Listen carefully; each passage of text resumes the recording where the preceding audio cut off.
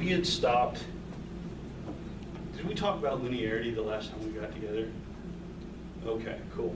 So we'll go through that real quickly, but I want to just give you a heads up into things that end up changing for multivariate outliers. So we had before in that email it said using Mulholland-Ovis distances just because it was kind of convenient to batch fit. I'll go through and lay some stuff out. But on closer inspection, sort of getting in, and you could have a whole class, whole semester on regression diagnostics. It's a big area. But the concern is that, and Tabasco and Fidel note that the chi-square criterion for Mulholland-Ovis distance is very, very, very conservative, and that something has to be really, really far out there in order for it to get flagged. Also, you don't see people use Mulholland-Ovis distance a whole lot. What you see more often is people talking about leverages. Leverages are linear transfer. Mulholland-Ovis distance is a linear transform of leverages. And so what we're going to do is sort of transition things over, start working with leverages instead of Mulholland-Ovis distances. It doesn't really matter for you guys because this is the first time we've gone through and done it, but just to kind of bring you up to speed, what we're going to do. Idea behind leverage, same thing as a Mulholland-Ovis distance. It's a measure of distance of a case in multivariate space from the centroid. Remember, your centroid is the mean of all your explanatory variables. So this is all stuff, leverages, Mulholland-Ovis distances. These are all things that are happening in predictor space. Y has nothing to do with this, okay? And so what we're seeing here is depending on what types of leverages you're using. Now, most everybody in the universe is just using regular old leverages. Leverages range from 1 over the sample size to 1, and general cut point says, say 3 times, and so the average leverage value is going to be number of predictors plus 1 over the size of the sample. And so the rule of thumb is anything that's 3 times the average of your leverage value. So 3 times the number of predictors plus 1 over n. And even this is kind of conservative still. Cohen gives this as a benchmark for small samples. Large samples is 2 times number of predictors plus 1 over n. Problem is that's just going to identify a whole lot of cases, right? So this is what we'll use for leverage values. But if you're using SPSS, SPSS provides a slightly different version of leverages. They give centered leverages. Centered leverages range from 0 to 1 minus 1 over the sample size. And here we're looking at values greater than 3 times the number of predictor over n. Warrant further investigation. Asterisks on that for a couple of reasons. One, recognize that this is actually a more stringent criterion than what you'll often see. Oftentimes this is 2 instead of 3 times the average distance. It's instead of 3 times the average distance. A lot of times people will say 2. The problem is when you go through and actually trying to screen your data, you're going to have like 25% of your data that comes up as being flagged as leverages, and that's kind of problematic. So note that this, and then the other thing too is the people who do this type of stuff advocate strongly for graphing these out, right? So just because something meets a statistical criterion, just like our outliers, just because something exceeds 3.3 standard deviations from the mean doesn't mean we freak out and throw it out of the set, right?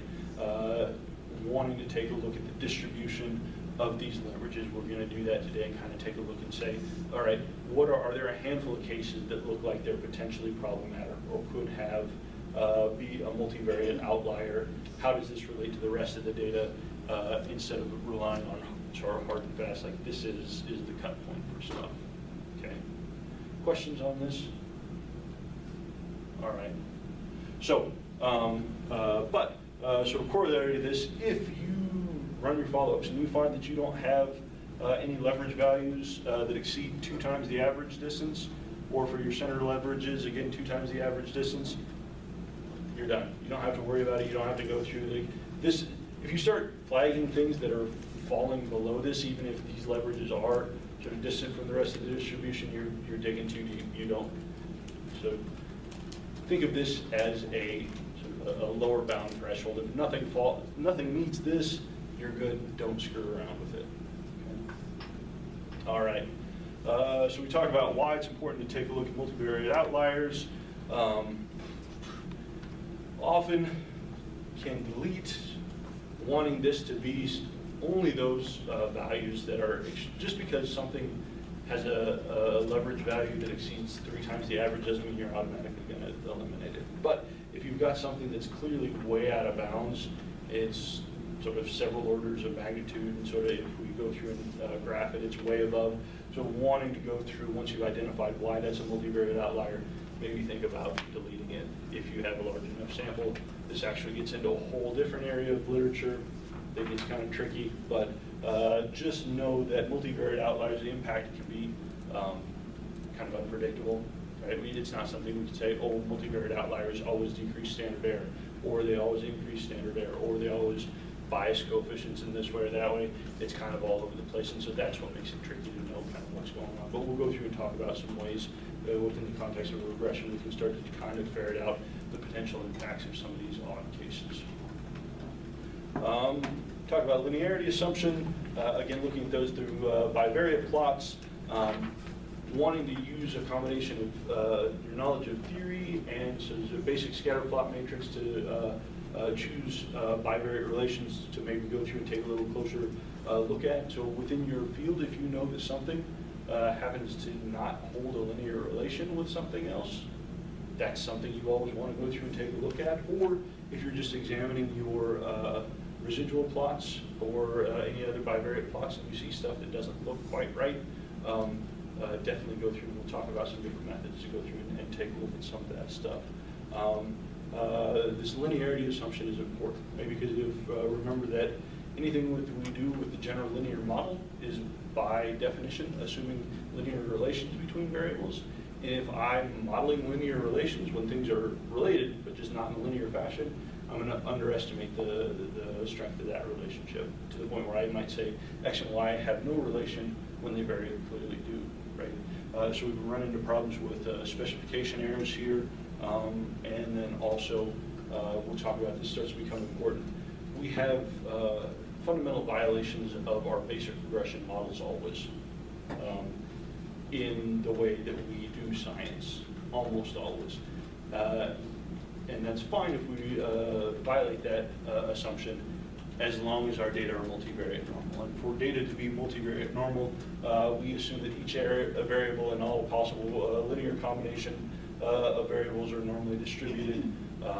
Starts to become an important piece of this linearity thing starts to become pretty important. And sometimes, depending on how SPSS is plotting our data, it can be hard to detect nonlinearities, particularly if we have a bunch of data points that are all on top of one another. It looks like a nice cloud, but actually what might happen is sort of all these are sort of, we've got heavy stuff, and so we've actually got sort of these points are pretty light, and sort of these, so we've got a clear curvilinear relation, but it might look like a big cloud, but it's just like there's a ton of cases here, and a ton of cases here, and a ton of cases here. But if all those points are on top of one another in two-dimensional space, it can be hard to visualize, right? So we're going to work with some lowest smoothers that will go through and start to detect some of those hidden patterns as a way to identify potential nonlinearities, okay? So, but in general, sort of nice, reasonably sized continuous data, what we might see is something like this, right? That looks like it could be nonlinear. This is very clearly nonlinear, right? This is where we're going to estimate a zero relation, when in fact there's a very strong negative quadratic going on right there, right? But if we don't screen our data, we don't identify that, we're going to miss it. Here, we've got something that looks a little bit more like a sort of the last half of this.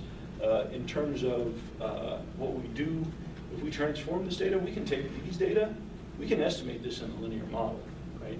We're just going to go through and we're going to take our outcome value and we're just going to square it. And as soon as we do this, this becomes a straight line, right? And so we can go through and we can transform to go through and estimate this within a linear model.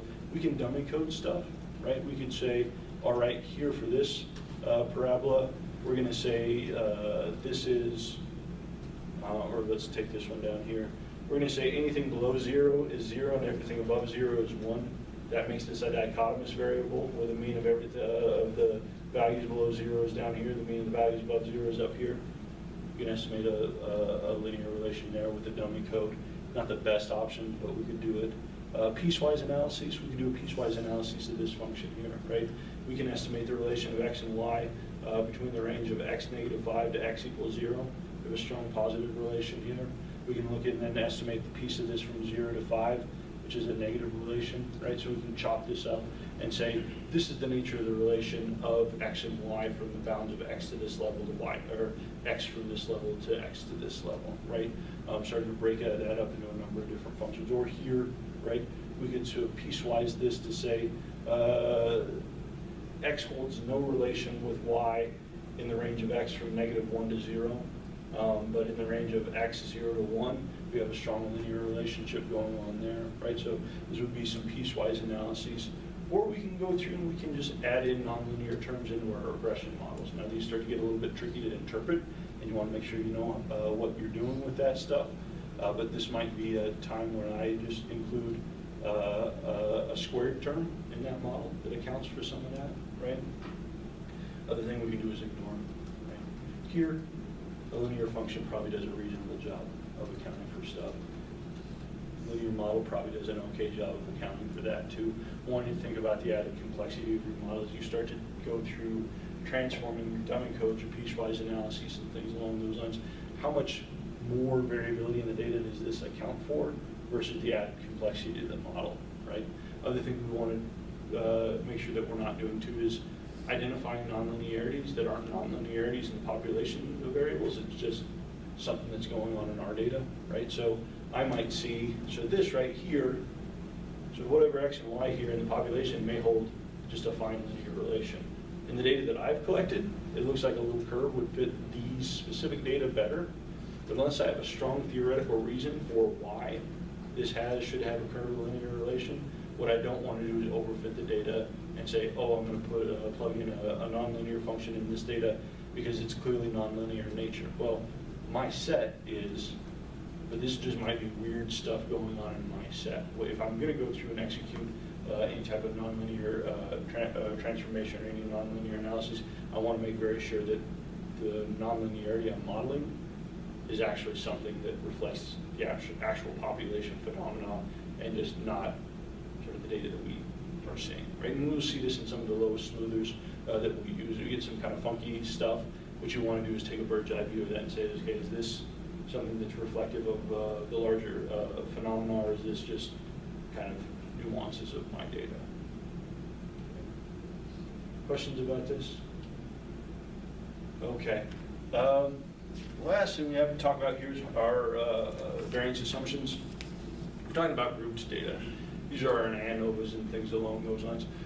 We're talking about our homogeneity variance assumption. Again, we're saying variability in our outcome is the same for all levels of our grouping variable, right? So I've got 4 conditions. I'm saying variability in my outcome is the same in condition 1, condition 2, condition 3, and condition 4. Or variability in my outcome is the same across men and women, across ethnicity, whatever our categorical variable is, right? And this is stuff we worked with a lot. This all makes some sense. What ends up happening when we get into continuous data? Within regression models, we still have a homogeneity of variance assumption. It's just now homogeneity of variance. We refer to this as homoscedasticity, okay? And so what we're wanting to see is variability in scores for our continuous outcome y is the same for all values of x. This is not fundamentally different than what we were doing with our grouped data. It's just saying instead of men and women, instead of 2 groups, we have an infinite number of groups for all individual values of x. If I were to take in the population everybody who scores a 1 on x, variability in my outcome would be the same. If I got everybody who scored a 2 on x, everything would be the same. 3, everything is the same, right?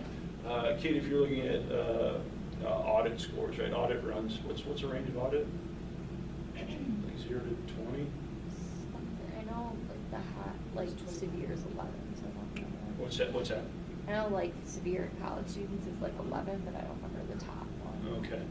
So let's say it uses 0 to 20, right? We would say for everybody who scored a 1 on the audit, a 2 on the audit, a 3 on the audit, a 4 on the audit, that everybody who would score that would still have the same variability on whatever our outcome is, right? So we're just taking this homogeneity variance assumption and we're just extending it to continuous data. But what ends up happening when we do this is it looks very different, right? Or it looks a little bit different. If we go through and we take a look at panel A here, what we've got is a data set that looks like we're meeting our variance assumption in that for every single value of X, it looks like our variability in Y is pretty much the same, okay? By contrast, if I go through and I take a look at this panel B here, at low values of X, variability in my outcome is pretty minimal. But as X starts to get larger and larger, variability in my scores starts to increase. This is a classic fan pattern consistent with heteroscedasticity, right? And this starts to create some problems with certain types of assumptions that we have. So if we're thinking about heteroscedasticity, something that looks like this, we can often see this as violations of univariate normality. If I go start running through and don't address problems with my univariate distributions before I start doing other stuff, this will also often turn into heteroscedasticity in my values, right? So if we look down here, we see my outcome variable, x2 is skewed. And so at low ends, not a lot of variability, but we start to get farther and farther stuff as we go forward, right? If I were to go through and take a look at the relation between income and age, right, that would probably be, end up producing a heteroscedastic scatter plot. Because at low ends, it's not, pretty much 15, 16-year-olds are pretty limited range of income, right?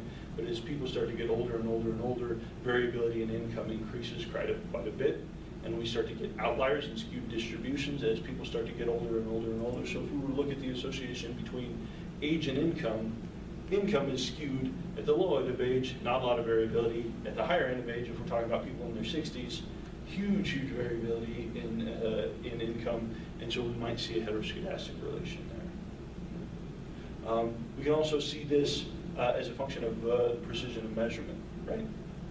We know that for cognitive achievement tests, those measures, those instruments do a much better job and are much more precise at the center of the distribution. If you're of average intelligence, that's where those tests are best at getting a most precise score. As you get to the far low end of the distribution, far high end of the distribution, you get more measurement error, right? Like, so I have an IQ of 130. Well, maybe, right?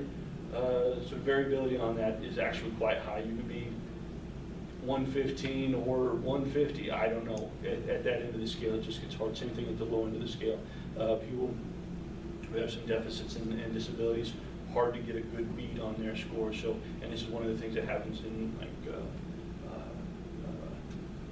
capital offense cases, right? You say, oh, well, this person had an IQ of 75, so, and they're not meeting sort of whatever. In fact, well, maybe there's a huge variability, right? If you go through and retest that, you might get very, very different scores, right? And so what we could see if we were looking at a relation between, say, intelligence and functioning, we might see much more variability at the high and the low end of that than we would in the center, right?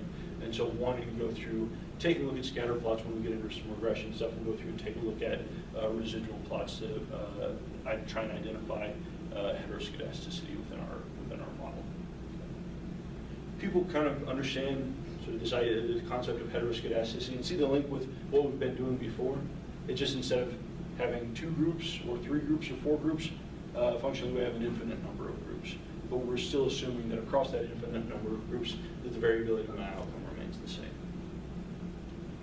Okay. All right.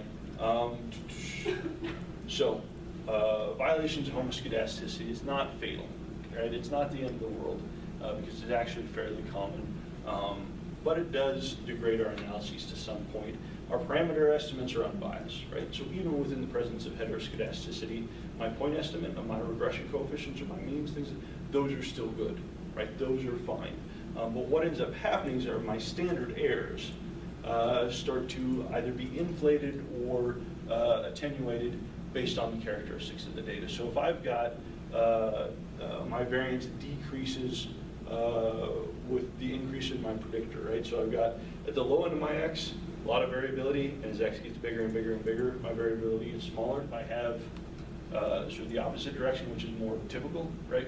We start with on the low end of x, sort of low variability, and increase up into, what's going on? It's shut off. What's that? Oh my gosh. Oh. Shut off. Yeah, that's a bad computer, right? But so if we start with kind of like we had seen here, I mean, I thought it's like, you have to tell me if I get something in my teeth or my flies undone or something like that. So I'm like waving my hands around and he starts laughing. But if we got a pattern like this, right, where we start low as x increases, variability increases, consequence of that, we'll often see that attenuates my standard error. And what happens if my standard errors are biased? What happens if my standard errors are too big or too small? Why do we care about this? Yeah, exactly, right? If my standard error is too big, what happens to my test statistic? Too big, it's going to increase the. Yeah, I should be worried about that because it means I'm not going to find effects that I probably should. If my standard error is too small, I might be less worried about that because I guess good for me, right? Because my standard error, everything's going to look like it's statistically significant, but that's still problematic in that I might not have effects that are replicable, right? So this is the big concern with heteroscedasticity. We're going to look at this assumption using bivariate plots and residuals. We're going to spend a lot of time doing this stuff. For our grouped data, we're going to look at our homogeneity and variance using our F-max ratio. You all did that. We went through this a little bit for that first problem set. Again, if we've got a balanced design, and again, we're being pretty liberal with the balanced design, right? 4 to 1, right? As long as sort of my largest group isn't 4 times as large as my smallest group, F-max around 10 is probably going to be okay-ish, right? Now, if we start to have unbalanced designs, what we can do is we can see F-max around 3 or greater start to influence some stuff. And so we need to be a little bit careful there. And again, thinking about what this is going to do, if it's going to inflate or attenuate my standard error in terms of your screenings, wanting you to not just say, oh, it's heteroscedastic. Also tell me what, based on sort of the pattern of the data, what you expect the outcome to be, right? This is going to start to become helpful down the road. I know I've written papers where something's been marginal, right? I've got a marginal effect, and it's an important effect that I was hoping was statistically significant, but sort of because I had gone through and done a reasonable screening, say, well, this is marginal. Didn't quite meet, but however, there are these issues going on in the data, which all of this suggests that my tests should be probably too conservative or more conservative than they should be. And so sort of important to take this into account as I'm thinking about sort of interpreting stuff, right? So it just gives you a better sense of your data and what's going on, provides some nuance in your interpretations. Okay? So solutions, if we have heteroscedasticity, 1, transformations, particularly if we've got heteroscedastic relations, because one of our variables is gross and obviously non-normal. Addressing that is going to be a good way to go through and address some of that heteroscedasticity. There's certain types of analyses that account for violations of homogeneity and variance, right? What did we use when we were looking at t-tests? If we had, if our Levine's test is statistically significant, right? What do we do?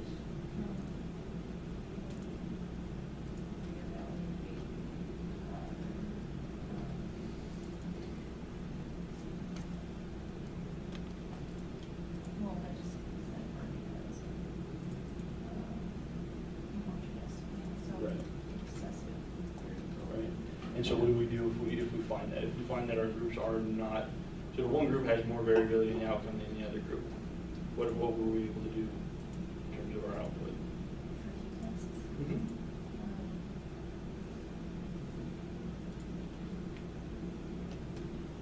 Anybody remember? We just assume what the variance is. Yeah, right. It's a well-said with solution, right? We adjust the degrees of freedom. We're saying we're still assuming that our test statistic falls on a t-distribution. We just don't know what t-distribution it is, and so we make an adjustment to our degrees of freedom to go through and adjust that, right?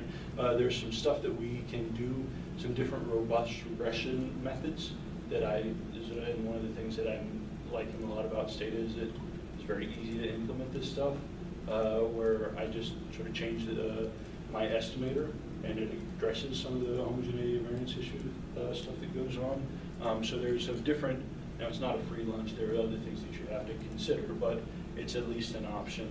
And then depending on pattern of invariance, right, you might select a more stringent alpha, right? If you saw that I've got typical heteroscedastic relation where little variability at low ends of X, increasing to high ends of X, I know that this is going to have an attenuating effect on my standard error. So what I might do is I might just say, okay, I'm going to set all my tests to alpha 0.1 instead of 0.05, because I know I've got an issue with heteroscedasticity here.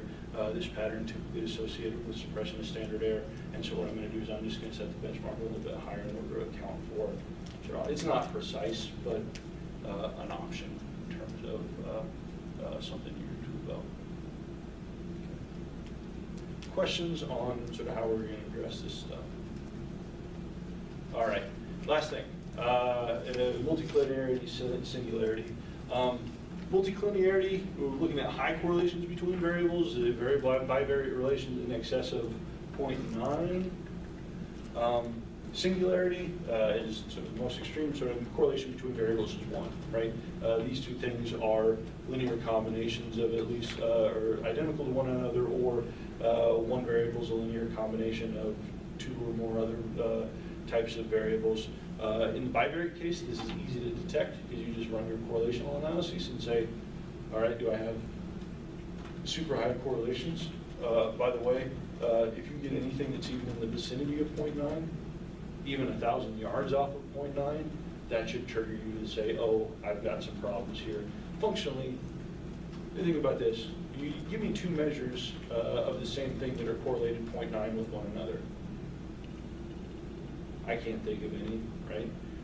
You can have two instruments that are intended to measure the exact same construct and won't correlate that highly with one another. So if you've got two variables in your set that are correlated at even anywhere in the vicinity of that, you're not measuring two different things, you're measuring one thing twice, right? And so you want to be thinking about, sort of, does this make sense, right?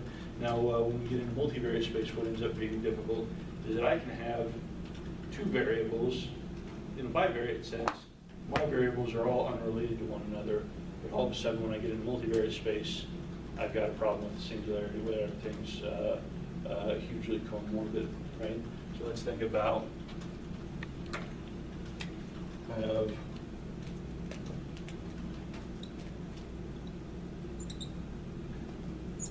right, here's x1, right? And I've got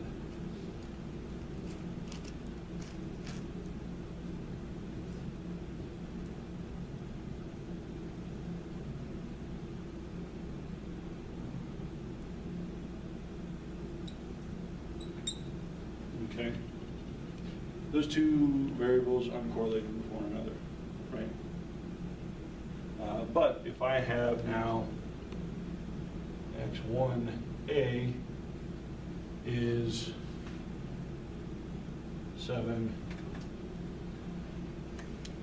1, -1, -2, -3, -4. What happens if I try and put all these in the same model? It comes crashing down, right? Because this is orthogonal to this. These two things aren't related. And this is not related to this, and this is not related to this, right? But if I have x1 and I have x2, what do I know about x3? Everything, right? So this is just what I've done. X1a is just x1 or x2 minus x1, right? So we've got 8 minus 1 is 7, 5 minus 4 is 1, 1 minus 2 is -1, 3, -2, 4, right? So this is a situation, if I go through and I look at my bivariate correlations between these variables, it's all zeros, right? So I'm like, cool, I don't have any problems. Then I run my regression model where I'm using x1, x2, and x1a as a predictor.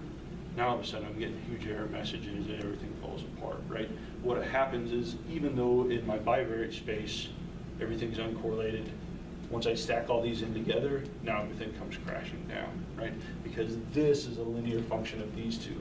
this is a linear function of these two, this is a linear function of these two, right? And so this is where multicollinearity starts to become difficult to detect with basic bivariate correlations, right? Where we see this, right, let's say, oh, Nick, do you have can you think of a scale that has like 2 or 3 subscales and then a total score? Pure negative affect, okay. So maybe we've got subscale this and subscale this and subscale this and then a total score that's the sum of all those things. If you try and throw all the subscales and the total score in together, it's going to screw up your model. Everything's going to fall apart, because even though subscales are probably moderately correlated, but if the total score is a linear function of the other two, like you've got a redundancy in the model, and things will start to fall apart, right? So there's a couple of different things that we need to go through and take a look at. So from a mathematical standpoint, what ends up happening is we have redundant information, or we have redundant variables. We have our data set suggests that we have more information than we actually have, and if we get into sort of the matrix algebra of our regression models, what we would say is that our data matrix is not of full length, right? Here, it looks like in C, it looks like we have 2 variables, right? Variable 1, variable 2, person 1, and person 2, right? What ends up happening, though, when we go through and try and calculate the rank of this 2x2 matrix, and this is easy, you just take this times this times this, and subtract them. We get a determinant of 0 here, which is basically in matrix, or in regression matrix form, is basically like trying to divide something by 0. You can't do it. It's not a defined thing. And so what ends up happening is when we have our matrix, looks like it has 4 variables, but in fact it doesn't. It only has 3, because 2 of them are redundant. Basically what ends up happening is we end up trying to divide something by 0, and it screws stuff up. So again, we can go through and we can take a look at collinearity through our bivariate relations. If we've got multiple regression models, it's more difficult to detect. And so what we typically will do is to identify multicollinearity, what we're doing is we're calculating the squared multiple correlation, basically an R-squared coefficient for each predictor regressed on all the other predictors in the model. So let's say I've got 5 predictors in my regression model, right? Basically what's going on in the guts of our collinearity diagnostics is I'm going to go through and I'm going to take X1 and I'm going to regress it on X2, 3, 4, and 5, and sort of take a look at the squared multiple correlation, right? If my variables are all unrelated to one another, what's the R squared for X1 regressed onto all the other things?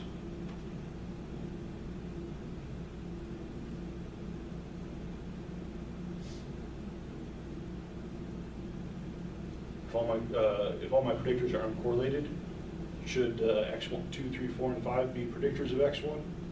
No, right? So my R squared is going to be my multiple correlation. My R squared in that is going to be 0, suggesting I don't have a huge problem. Same thing, and then we'll go through and take X2 and correlate it, or regress that on all the other predictors. X3, regress that on all the other predictors. And what I'm going to be looking for in terms of seeing whether or not I have multicollinearity is a large overlap, large R squareds going on here. And so if I end up with a high squared multiple correlation or a high R squared, if I were to do that manually, would suggest I've got a lot of overlap between my target predictor and all the other predictors in my model. Okay? And so we've got a couple different metrics that we're going to take a look at in terms of identifying multicollinearity. The first is tolerance. Okay, tolerance is defined as 1 minus the squared multiple correlation of a given variable regressed, or a given predictor regressed on all the other predictors. Okay, so I've got 3 variables in my model, right? I would regress predictor X1 onto predictor X2 and 3, and look and see what the R squared is for that. And then to identify my tolerance, I would take 1 minus the R squared for that. And then for predictor 2, I'd take predictor 2, regress it on predictors 1 and 3, get the R squared for that value, and take 1 minus the R squared. That would give me my tolerance value for that second predictor. Same thing for the third predictor, so on and so forth. Again, what we want, best case scenario, our most efficient model is when our correlators are all, or when our predictors are all correlated with one another, right? That's our most efficient model. that means that every single one of those predictors is accounting for something unique in the model. Now, in psychological science, are predictors all uncorrelated? No, they're never, right? They're often hugely correlated to a point where other fields get really nervous about it. For us, it's just part of doing business, right? What we want to make sure is that our predictors aren't completely redundant with other stuff that we have in the model, okay? So our tolerance is our 1 minus our squared multiple correlation of our one predictor regressed on all the other predictors. We start to get tolerance values less than 0.1, suggesting problematic collinearity, okay? So again, think about like, is our squared value of 0.9 really big? Yeah, that's huge, right? That's suggesting that 9% of my variability is accounted for, in my outcome is accounted for my predictors, right? So if the R squared of regressing X1 onto all your other predictors was 0.9, 1 minus 0.9 suggests that all those predictors are just intertwined with one another, right? Asterisk here, if you got anything even close to a tolerance of 0.1, you need to go back through and reevaluate what you've been doing with this and whether or not the predictors you include in your model makes sense. Other metric that we're going to take a look at, and this is the one we're probably going to spend more time with, something known as our variance inflation factor. Variance inflation factor is just 1 divided by your tolerance. Okay.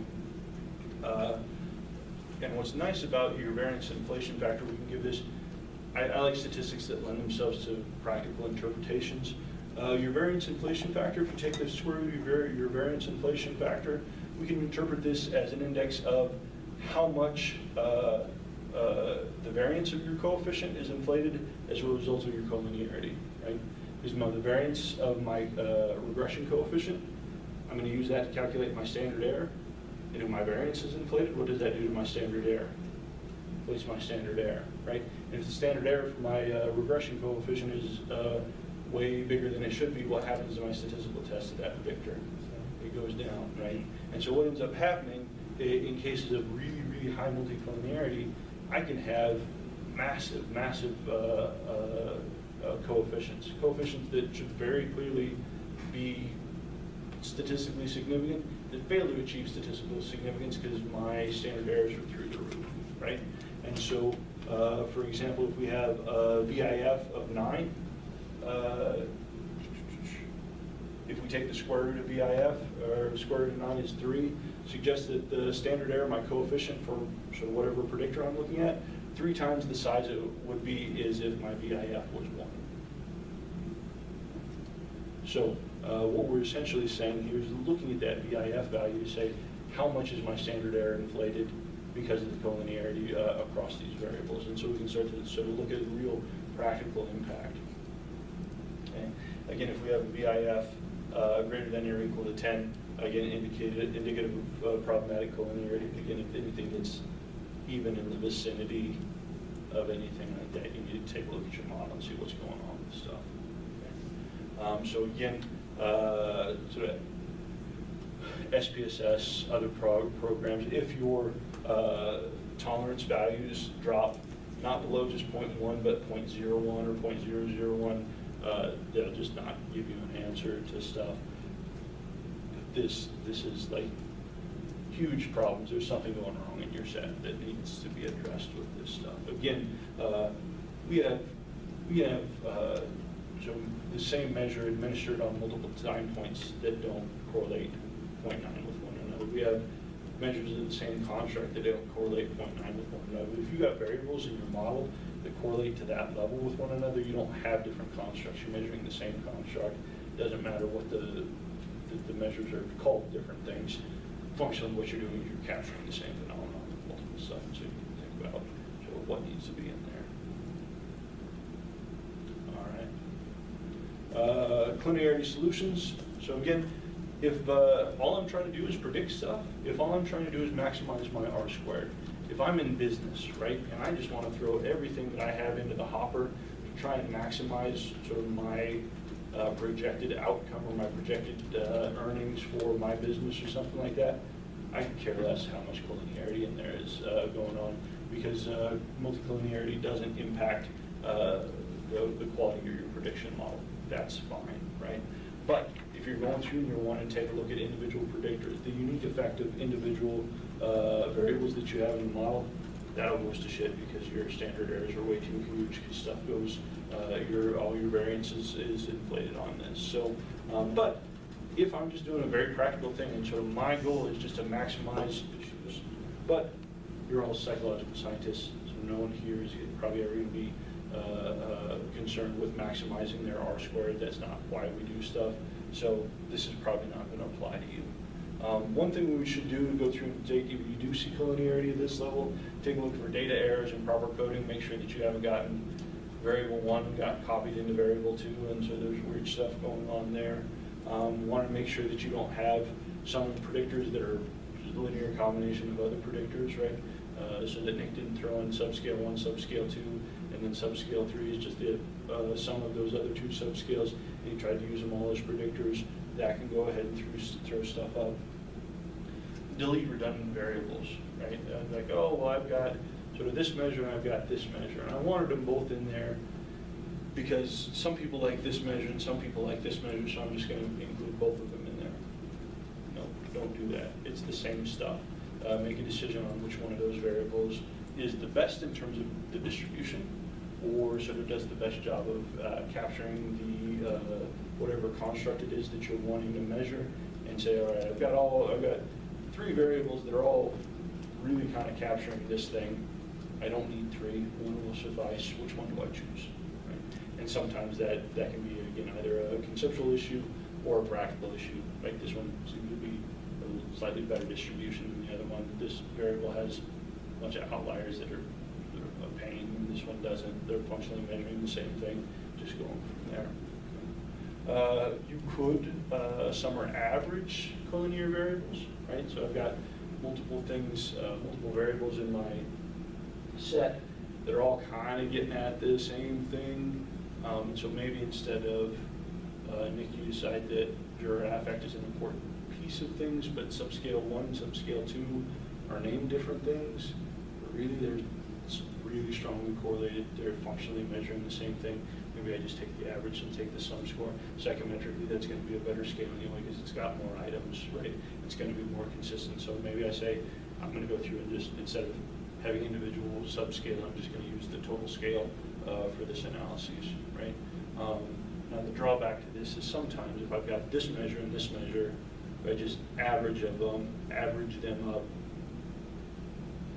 I don't know what, we can run into a problem, I don't know what construct I'm measuring now.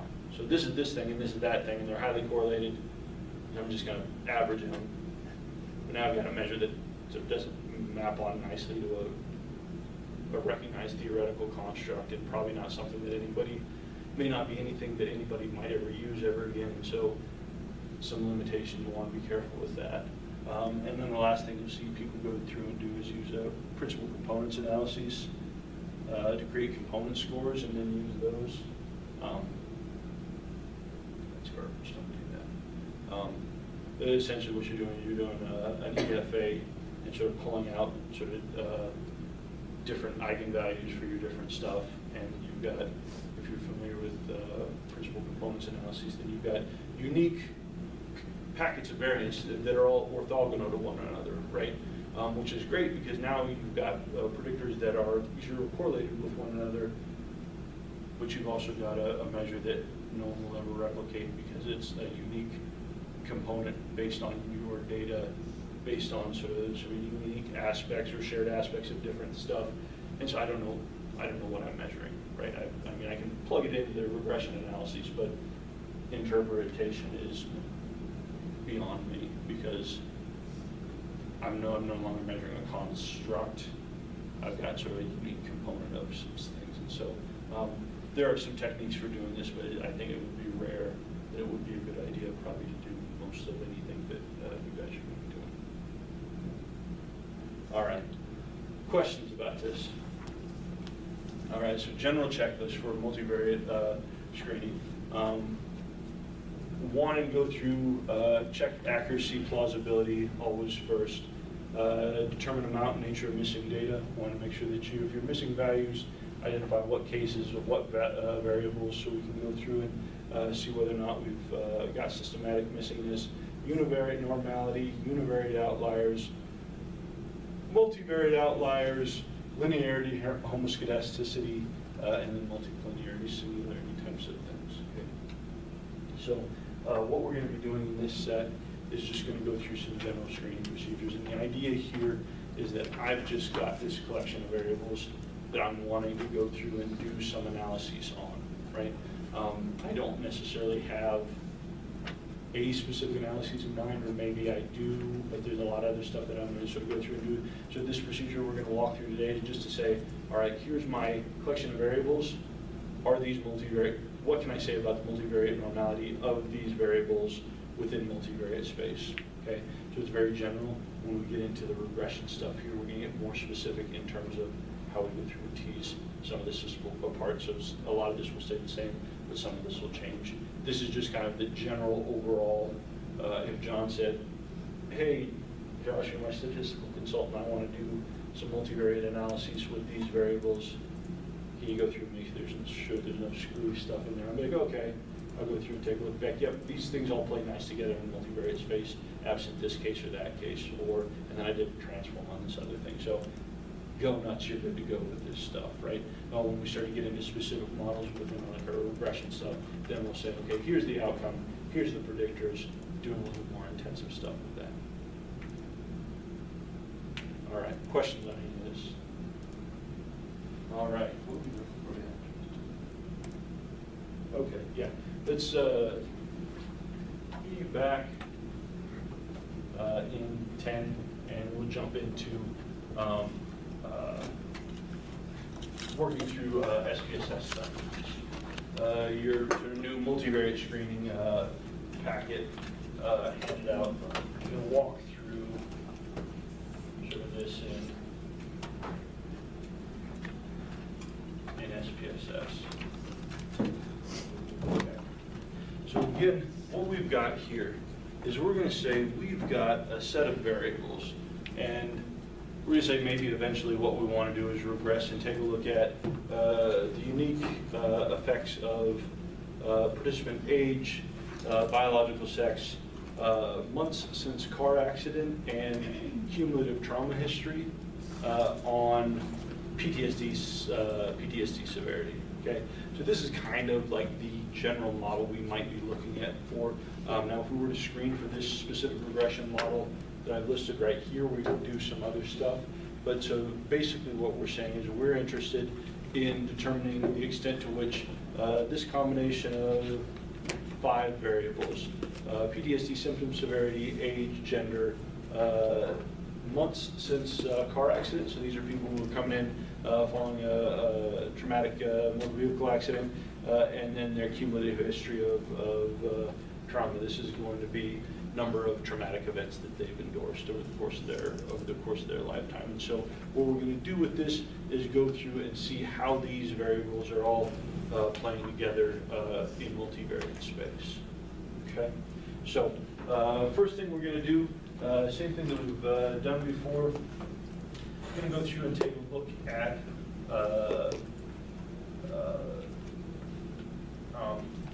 taking a look for plausibility of our values. So we're going to go to Analyze. We're going to go over to Descriptives, click on Descriptives. And what I'm going to do is I'm going to go and select age, months since accident, trauma history, and PTSD total. Okay. So these are the 4 continuous. There's some order categorical stuff in there. But these are the 4 variables that I want to go through and I want to take a look at. Here, what I'm going to do first, I'm not going to worry about skew, kurtosis, stuff like that yet, because I still need to make sure that it see what I've got in terms of missing this. So even though on your sheet it has including skew, kurtosis, things along those lines, here I'm just going to paste this in to my syntax, because I just want to right now take a look and see, make sure that I don't have any out of bounds values. Okay. So you could add that other stuff in if you wanted to. I'm just going to, but right now my main goal is just make sure that everything is sort of within bounds of what it should be. right? So if I go through and I take a look, it looks like age, 18 to 80, that seems reasonable. Months since accident, that's 1 month to 600 months.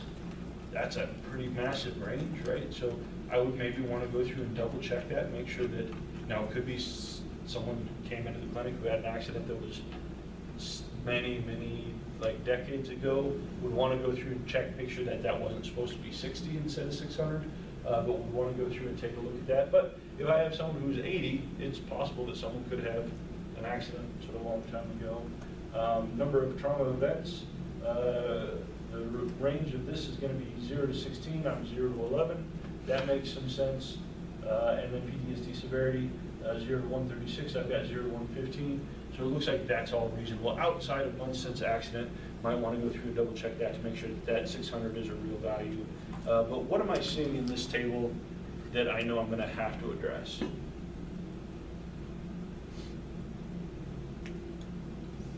What do you think, Evelina? Unequal cell sizes. Unequal, yeah. Well, it's not even unequal cell sizes, it's just sort of missing data here, right? So I have, SPSS is telling me 391 cases have all of these, but sort of the number of values I have for each one of these are different. So I already know that I'm going to need to do something to get this pared down to the selection of cases with the group of data, cases with full data. Okay. And so now what I'm going to do is I'm going to go through, and so I've got one more. I've got we got gender in here, participant sex. I'm just going to go through and look at that separately. And I'm just going to go down to frequencies and drop this in. I could have put it in with my continuous variables if I wanted to, but this will just give me an easier breakdown of sort of what my split looks like across men and women. And again, looks like I have one missing value of gender, but then looking at my split from men to women, it's about a little over a quarter men, the rest identifying as women here. And so we've got, what we want to make sure that we're doing is taking a look at not just outliers and problematic distributions for our continuous variables, but also for our categorical variables as well. Okay. So, looks like all our values make sense, right? So accuracy, plausibility, is as long as that 600 months since accident is real. But looks like I've got missing values scattered throughout this set. So one thing I can do is a trick that I use in SPSS to try and get my scale or my set cut down to something that it just includes the people who are going to be potentially in my set. What I might do is I might go to transform, go to compute variable, and I'm going to compute a variable called missing. That's going to be, I'm going to take age, and I'm going to add gender, and I'm going to add months since accident, and then I'm going to add trauma history, and I'm going to add PTSD. Okay. What this is going to do, I'm going to go ahead and hit paste. Okay. What this is going to do, you can see the statement here. What this is going to do is it's going to create a new variable called missing in my data set that just adds up all these values. Now the value of this has no impact on anything. It's a nonsensical value. But what it's going to do for any case that I have a missing value on one of these, it's going to leave a missing value for that, for my missing variable, right? And so what I can do then is that once I run this, this will very easily help me identify all the cases that are missing at least one value in my set, and then I can get rid of those because they can't be included in my analysis anyway. Right? So what I'm going to do, if I go through, highlight this, and hit execute, I go through and I see I've got a new value that's missing, right? And if I go through and I click on it, and I right click, and I hit sort, Any of these cases that have a missing value in it? Right? These are all my missing cases. So it looks like I have a total of 68 cases with missing values. Okay? Now for your screening, you don't have to individually identify each one of these cases. That's not a reasonable thing to do, right? But what I might do is I might go through and say, it looks like the biggest culprit in terms of missingness is my trauma history, right? That's the one where it looks like I'm missing most of my stuff. So I might go through and sort by trauma history and say, okay, I'm missing 66 cases that are missing trauma history. And this is actually an important thing. It looks like the majority of the cases I'm going to lose because I don't have trauma history, right? Which potentially suggests that this might not be, I may have non-random missingness, right? If I'm missing this level of, this number of cases, all on one variable, I want to make sure that there's not something systematic about trauma history like that. So everybody with a really intense trauma history didn't complete the set, right? Or people who with a really low value didn't complete the set. Or, I don't know, maybe it's just that I didn't have that, I wasn't collecting this for sort of the first X number of cases. That's maybe a different situation, right? But wanting to go through in your screening document where those missing values are coming from, right? So I might say in my screener, I've got a total of, 66 cases that were missing trauma history. I'm gonna write that down somewhere, make sure I got that, and I'm gonna go through and maybe nuke those, right? And then go back through and sort by missing, and then I've got one person who's missing age, one person who's missing gender, and then qualify it that way. So the idea is for these screeners, again, if you've got like massive, in general, I want you to tell me if you're missing data, where to go and what it's missing on, but you don't have to say case number 1 did this, case number 2 did this, so on and so forth. Okay? Questions on this?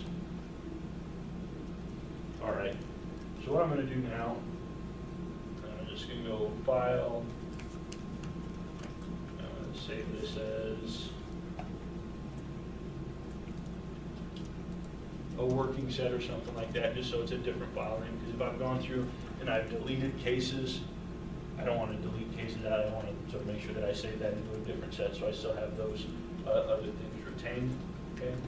And now what I'm going to go through and go back up, go back to descriptives. And this time, now that I've got my set broken down to just the set of cases that I'm going to actually be using, that I have full data from, we go to options, select skew and kurtosis, hit continue, save standardized, and then paste those in. Okay. And then I can go back through, and at this point, you guys are probably getting reasonably savvy with sort of running your syntax, right? I know I also want to go through and take a look at gender, so I'm just going to recopy that and drop that down here, or you can just run it above, right? Just so that you know what's going on. So now I'm going to rerun this, looking at my distributions. I already know that all my values are within bounds, but I just want to go through and take a look at skew kurtosis values, specifically for the cases that are going to be in my final set. Go through and run that. And John, what are we seeing in this reduced set? It looks like we rid of all the missing cases. What's that now? So we were able to get rid of all the case studies. Okay, yep, and so we knew we got rid of all the cases that were missing in values, right? So we have a set of 390 left in sort of my full set. What else are you seeing in this table here? It looks like for the non-syntax, it's really Mm-hmm. Yeah, the rest look pretty much okay, right? And so this is something, if you go back through and take a look at the back of this, I've got actual, like, how I would write this screening up on the back, so you can go through and take a look. And see how sort of I might describe this stuff, right? So you say, going through and sort of summarizing cases we lost because of missing values, and there I did a better job of saying, all right, so trauma history, 66 missing values, no one with missing PTSD total, just trying to give a sense for what's going on there. And then so you can see kind of shorthand here for age, trauma history, and PTSD total. We didn't see any problems there, right? And so what I did, and here's again, I'm just me using my absolute value marks to say, for these ones, skew and kurtosis, acceptable, boom, this. So you don't have to go through and individually sort of give me sort of blah, blah, whatever. Just kind of trying to collect this in a way that's efficient, okay? So we've got 3 of our variables look fine, but we've got one that looks really, really nasty, months since accident, right? We see that we've got a mean of about 3 years. We've got a standard deviation of 6 years, right? And our stuff's all over the place, right? So we know we're gonna have to probably do something with this variable, okay? So but everything else is looking okay. What I wanna do now is just go through and take another look at my breakdown of men and women, right? Because maybe I go through, so what was it? It was 25% of a little under 25% of my sample, or a little over, roughly a quarter of my sample was men and women. But what happens if I go through and now all of a sudden, that now like 40% is men and sort of the rest is women. That would suggest that maybe all the values, people who are missing trauma history were all women. So I just kicked a bunch of women out of my set. And that would be problematic, right? That would start to maybe suggest that I didn't have non-random missingness. Maybe I just systematically excluded trauma history for women. Or now maybe my sample of men is 10% when it was about 25, that I just lost all my men, kicked all my men out. So wanted to think about, so what's going on there. So if I go through and run that, go through, take a look. Looks like my percentages are about the same, right? So I had before 27.6% men, 72% women. It's almost identical, right? Suggesting that, at least in terms of whether or not presence or absence of trauma history had nothing to do with gender, right? This might not be a formal thing I'm looking at, but patterns and things like that you want to be thinking about, and sort of always going through and saying, all right, what did I have? What do I have now? Is there weird stuff that looks like it could be problematic? So it looks like, to this point, 390 people, right? Are we excited about that sample? Yeah, that's nice, right? That helps us be robust to a lot of stuff. So we have 390 people in my reduced set. It looks like my breakdown is reasonable, right? Would we say that our ratio of men to women is problematic here? What do you think, Alana? It's not optimal, right? But it's not. Remember when we're talking about outliers on categorical variables, right? We're looking like a 9-to-1 difference in terms of stuff. This is still well within the range, right? Like, it's not great. We would like to have probably more male representation, but this is still something that's within the bounds of things we can look at, right? If I had 20 men and the rest was women, should I include gender as a variable in this model? No, right? What if we really were categorizing gender identity instead of biological sex, and then we had, say, 3 or 4 different categories? Can I drop that into a regression model? No, why not? Absent proper coding. Yeah, that's coding would create issues with, Yeah. basically how you would go through and Right. Remember, for our linear models, we can have, or for a standard like regression models, we can have continuous variables or variables that have decided to create as continuous, and we can have a dichotomous nominal variables, but we can't have we can't just have like a categorical variable where I've coded gender 1, 2, 3, gender identification 1, 2, 3, 4. It's completely arbitrary. I can switch those numbers all around because it's a nominal category. It's not like it's rank ordered or anything like that. So I wanted to make sure that you've identified the level of measurement of each one of your variables and made sure that that's reasonable to put in your model. Okay, but here we're good. I coded biological sex as a dichotomous variable. We've got variables that are truly continuous or close to continuous. We've got some stuff, other things like number of traumatic events. That's an ordered categorical variable. It's not continuous, but it's 0 to 16, so we're going to treat it as if it is. But these are all things you want to be thinking about in terms of as you're working through stuff. Okay. So, to this point, we've done plausibility, accuracy, plausibility, missing data, sort of documented that, gone through, taking the initial run on indices of skew and kurtosis. Everything looks like it's, at least from a values-based standpoint, looks like it's doing okay. Only thing that we have some concerns about is this months since accident variable. Okay. People follow me? Cool. All right. So what we're going to do now, we want to go through and generate in SPSS graphs of our variables. So we're going to go to Analyze Descriptives, down to Explore, and we want to put in age, months since accident, trauma history, and PTSD severity. We're going to go to statistics, plots. Let's leave stem and leaf on. After spring break, I'm warming up to stem and leaf, so I'm not going to ask you guys. And then, yeah, let's leave it at that. So, click history will request stem and leaf and histograms. Hit continue. And then what I'm going to do, and this is the thing that a couple people have forgot, hit subject number and drop it down into label cases by. That way you've got participant numbers that are showing up on your box plots instead of case numbers, so that you don't have to go through and deal with that. Okay. So you guys hit paste, I'll hit OK. Or actually, I'll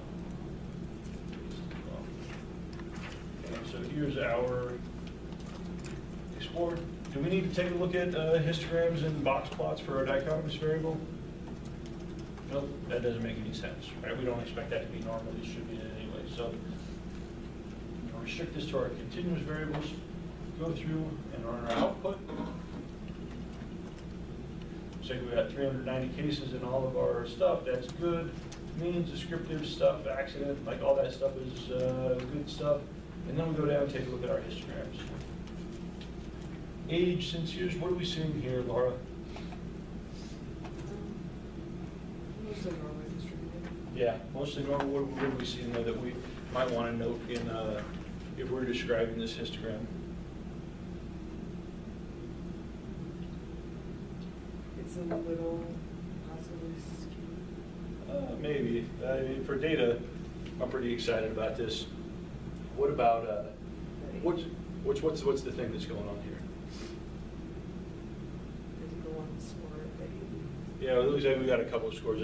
We've got people who are falling anytime, and so this starts to become difficult because depending on how you bin that histogram, it's going to look different and stuff, right? If I sort of had my bins be 10 years, everything would kind of be all stacked on top of one another.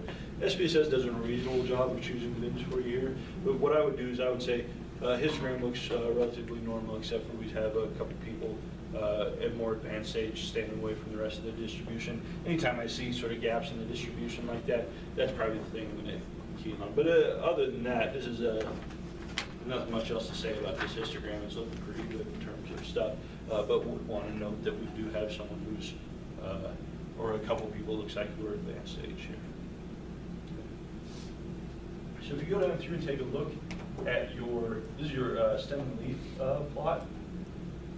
This is actually kind of a nice plot, just because this literally recreates and provides you with all of the actual values within the data set, just right there in that plot, right? If we take it and we turn it up on its side, it kind of looks like an Empire State Building type of thing, but it gives us a picture of the histogram, and then it also tells us that we've got 3 extreme values that exceed or are equal to values of 79, right?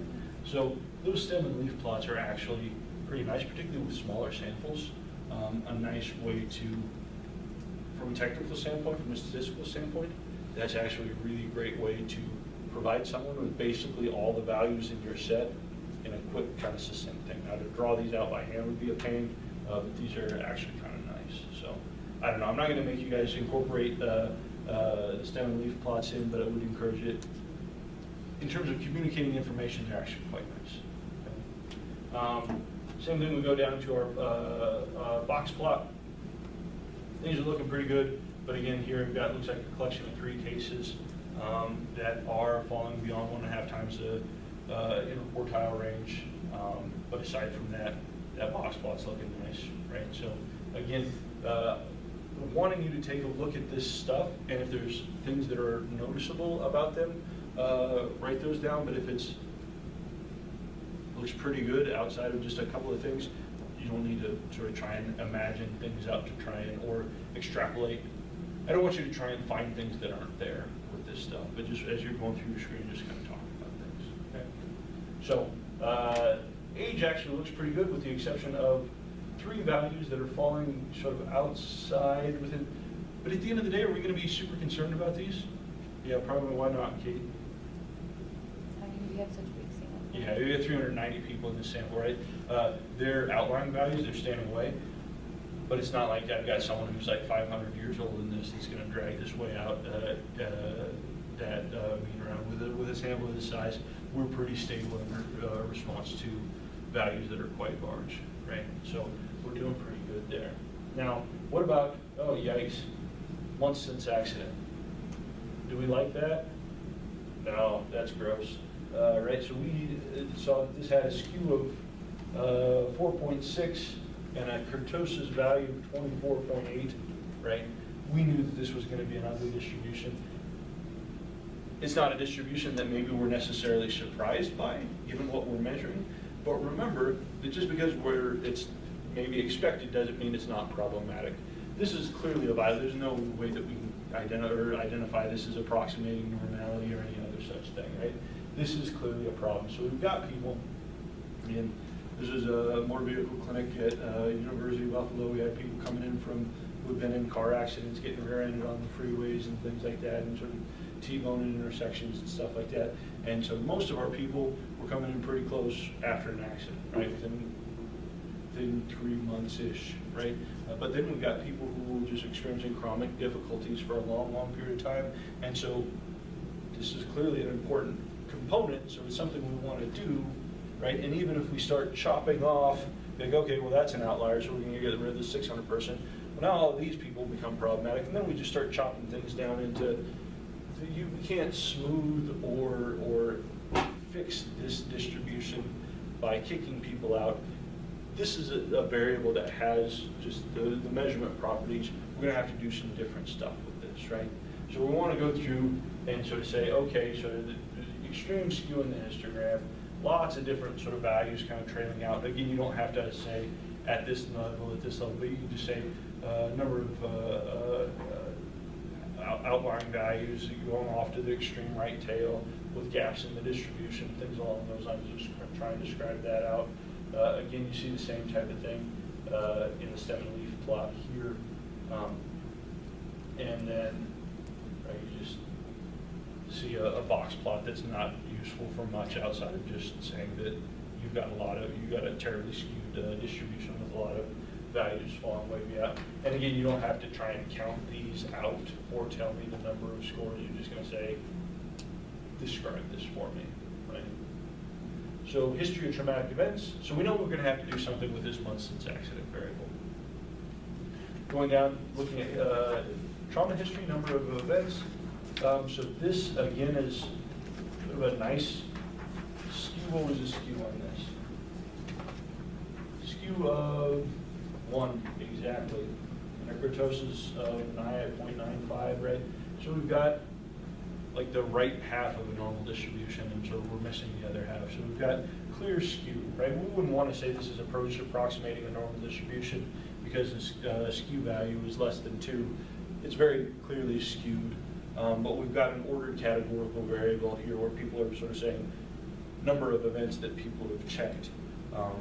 But for the purposes of our assessment, are we too worried about this? Laura, you're shaking your head. Probably not, right? What do you think? Again, because we have a pretty large sample size. Yeah. To worry about. Yeah, we've got a pretty large sample, right? And we're sort of kurtotic, which are not bad.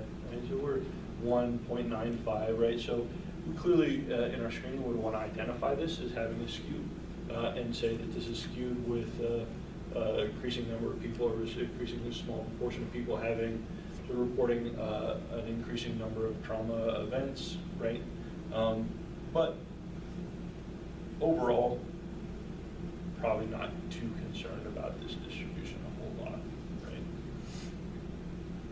Go down through, take a look at our stem and leaf plots, and this is nice, and then with our box plot, we got 1, 2, 3, 4, 5, 6, looks like 6 values, 6 cases. Now, be careful, because sometimes you'll see masking go on in this in these plots where if you have too many of these values, they're exact same, particularly for something like this as an ordered categorical variable.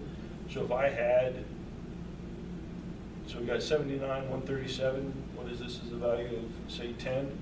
If I had like 3 or 4 people that had values of 10, not all of them might show up on that numbers because they're all existing in the same spot in SPSS's place. So you want to make sure that you go through and sort of make sure that you've got all those correct. But so just maybe identifying the number of people who are falling beyond 1.5 times interquartile range of that box plot there and indicating that that's kind of skewed. And then we've got our PTSD severity. Okay. Again, skew was 0.1, negative kurtosis here, right? So negative 0.6. But again, looking all right. If I was describing this distribution, Evelyn, what might I sort of make note about? It's relatively normally distributed with like a couple of people at either end. Yeah. And what's kind of the most, maybe the most characteristic feature or the unique feature of this? On the left-hand side. Yeah, right. So it looks like normal, I would say something like, this looks like fairly normal distribution with the exception of a minor mode at 0, right? These are just people who are asymptomatic, right? They're having difficulties, but they're difficulties that aren't PTSD, they're other types of stuff like that, right? And so just, I would probably just take it and make a note that, relatively normal distribution, but sort of a reasonable proportion of people, so with scores of 0 in this distribution or something like that, right?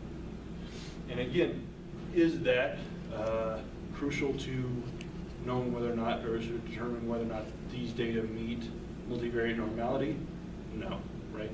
But what it is a phenomenon within your data so that you sort of understand, yeah, we've got a nice, looks like a nice distribution of severity with the exception of we've got a bunch of people who are sort of 0 values on this, and so just want to know characteristics of your sample.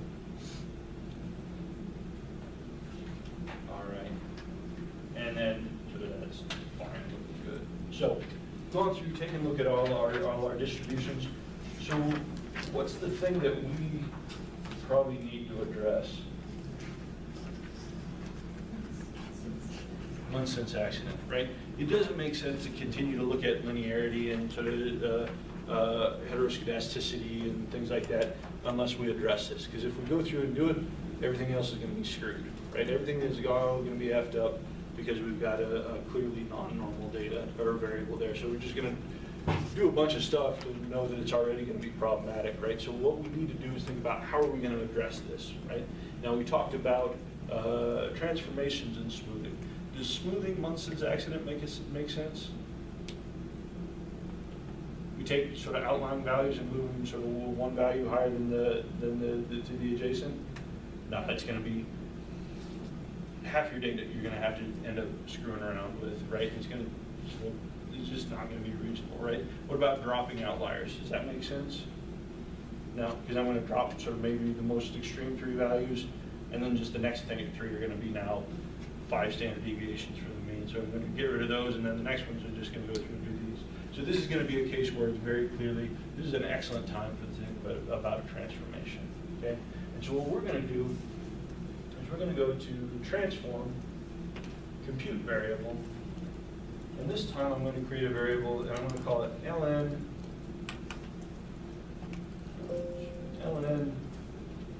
MVA months. What I'm going to do is I know that months since MVA, can I have 0 months since MVA? Can't have 0 months since MVA. So I know that the range of my scale goes from 1 to 600. So I don't have to worry about adding a constant here. So what I'm going to do is I'm going to go down on this function group. I'm going to click on arithmetic. I'm going to select the natural log. Okay. If I double click on that, it's just going to go through and puts the function up there. And so I'm going to say I want my natural log of MVA months to be the natural log, as one would expect, of MVA months. Okay. And I'm going to hit paste. So what I've got now is I'm going to go through and I'm going to create a transformed variable that's going to be the natural log of months since accident. Okay? And then once I do that, I'm going to want to take a look at descriptives, and I'm going to want to get plots for that, right? But, and this is, if you haven't, who's feeling comfortable working with, after a full semester, last semester, and this semester, working with syntax and just sort of modifying syntax and doing stuff in there? Okay. This starts to become, and this is again one of the things I've liked a whole lot in terms of Stata is even more automation. Running through everything through pull-down menus starts to get kind of burdensome and kind of a pain. And so what I'm going to do is I'm going to say, well, I already know what I want to do. I'm going to take this descriptives statement where I looked at everything else, and I'm just going to plug natural log of months in there because I know everything else is fine, right? And then I'm going to want to look at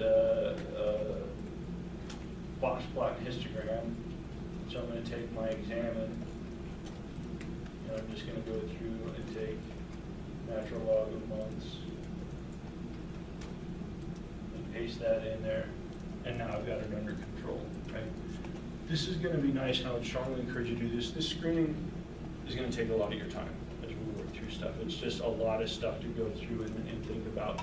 But if you have a good syntax file, like a stock screening file, that you just pull up anytime you need to do it, and then you can start through, we'll probably pull some things down through the menu, right? But once you've got those variable names, then you just start sort of plugging those in with it. It makes this go a whole lot faster than sort of going through and pulling everything down from the menu. So if you haven't yet, I would definitely start to put together some certain files, like, okay, I know this is the task I need to do. Here's commands that I've put together.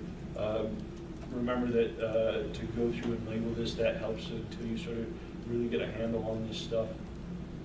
So what I can do now then is I can go through and I can just take all of this and just run the whole package, right? So I go up through and I say, okay, so I've gone through and see that I now have here my natural log of months, right? So it went through, it calculated that. That looks good, right? We go down through, I'm going to take a look at my descriptives.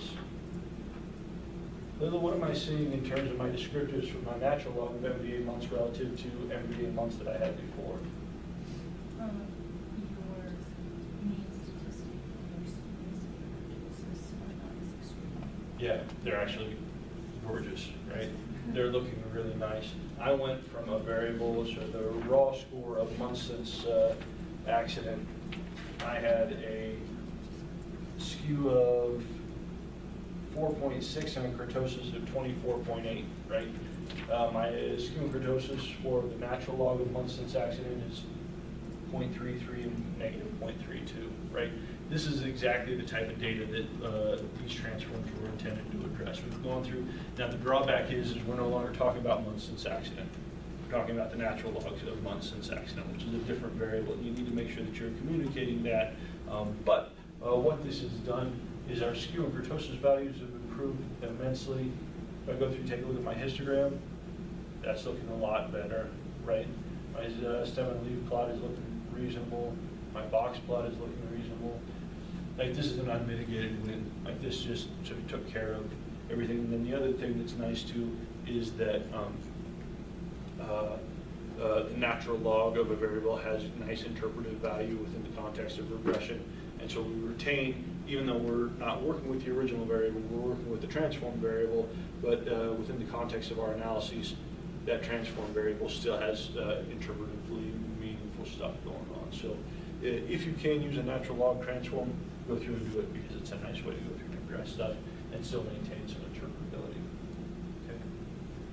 So, to this point, we've gone through, we've addressed accuracy, plausibility. We've gone through, we've taken a look at univariate, missing data. We've looked at univariate distributions.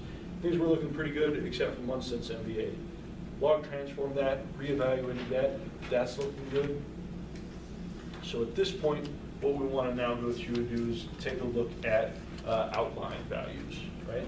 And so here what we're going to do is we're going to go to Analyze, Descriptives, and kick out all of these.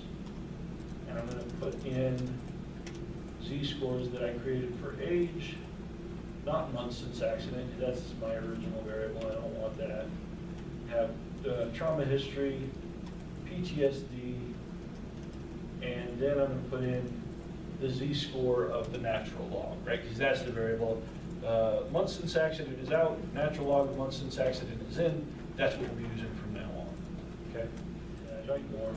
So go down through and paste. Right. So here, just looking at my z-scores for each one of my variables and my transform variable, go through and run that.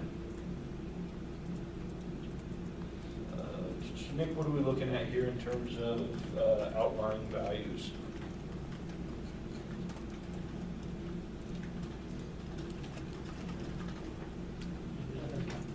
There were a couple that fall above 3 standard deviations out, particularly with number of trauma events. But that might not necessarily be problematic. Yeah. So if I'm looking at this, I'm thinking I have close to 400 people in this sample. And with a sample that size, are we going to get some extreme values? We sure are, right? So I'm not necessarily worried about that. At this point, probably what I would do is I wouldn't even say, I would say, well, you know, we've got, if we're sort of using p equals 0.001 as our alpha level, we're looking at z values at 3.29, right? So I might just say, in my screen, say, we're within this large sample for age, natural log of months since accident, and PTSD severity, we're not finding any score that's falling greater than 3.29 standard deviations from something, and just so we don't even have to address that, right? But we do have something that's getting close to 4 standard deviations for trauma history. And so what I might do here is just go through and so find trauma history, sort that. Remember with your extreme values, you always want to make sure that you're taking a look at upper and sort of negative, extreme negative values, extreme positive values.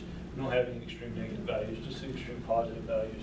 But I've got a set of, looks like 3 cases here that are exceeding 3.29, 3.3 standard deviations, right? And so I would probably go through and sort of make note of these individuals here, right? And if we go back up to our box plot, right? We saw a number of values kind of falling out and around here, right? So what I might want to do is go through and say, okay, just based on my z-scores, I've got 3 cases, 79 and 137 that are both reporting 10 scores, case 166 reporting 11 previous traumatic events, and so that's probably noteworthy to at least know. Now, like Nick says, we're probably not worried about that. We're not probably too concerned that these values need to be, that we need to do something with them, at least based on their univariate distributions, but it's probably worth noting that within the context of this set, these are scores that are pretty extreme.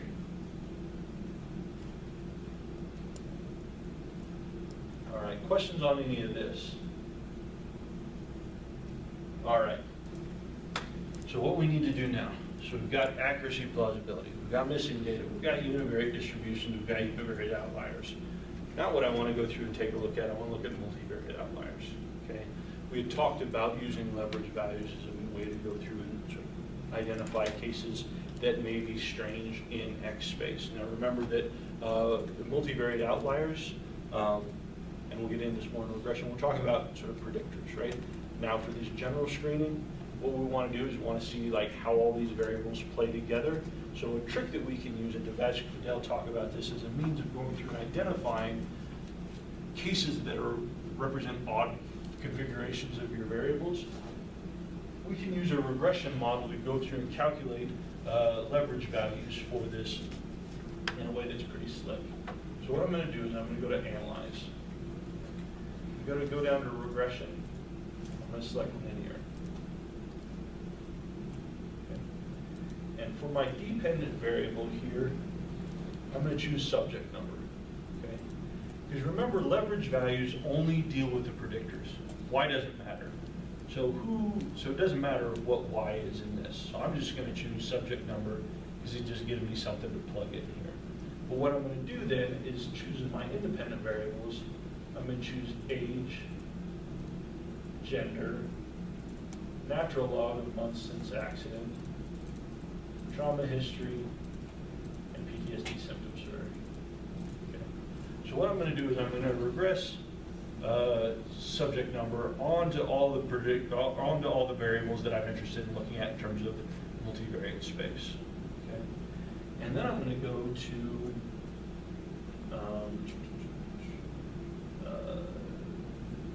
am I going to ask for anything statistics?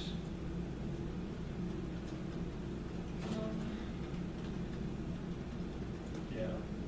So the collinearity diagnostics and case-wise diagnostics. Okay, so we're going to select these two boxes here. I'm going to hit continue. Then I'm going to go ahead and I'm going to hit save. And I'm going to ask to save leverage values here. And continue. What this is going to do is, SPSS is going to sort of record the leverage value for each case in a separate variable. Okay? So I've got those, and now everything else, options, I don't need to worry about that. Okay, so I'm going to hit paste. Okay. So what this is going to do, I'm interested in looking at multivariate outliers. What this is going to do is it's going to go through and it's going to create leverage values telling me the distance of every individual case from the centroid of all other cases. And the centroid, remember, is the mean of all predictors in multivariate space, right? And so what I'm going to be looking for, because we're working with SPSS here, I'm going to be looking for values. Well, first I'm going to plot it, because that's going to be the most important thing.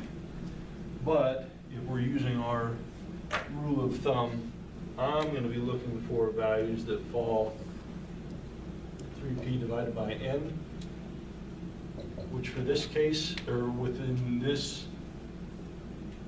analysis, what is the value I'm looking for here? How many predictors do we have in here? 5, right? So 3 times 5, 15 divided by 390. What's that number?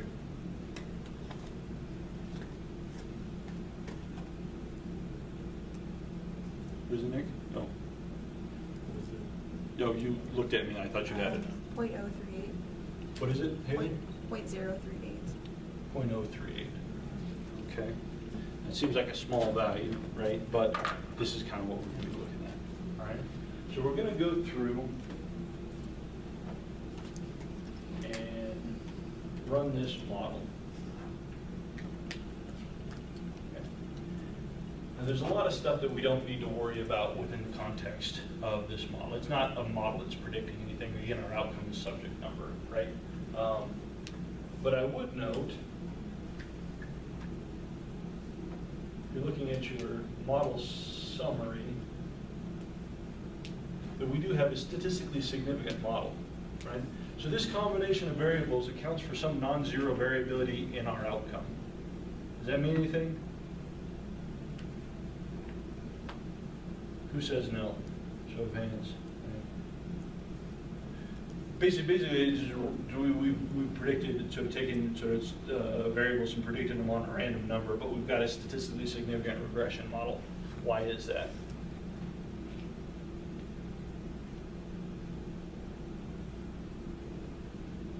Way to go, Lena. Is it because this correlation of the predictors? Not necessarily correlation to predictors here. Is it because it's, the difference isn't zero? Yeah, it's basically there's enough random static that's not exactly zero with a sample of this size that it just sort of turns up, right?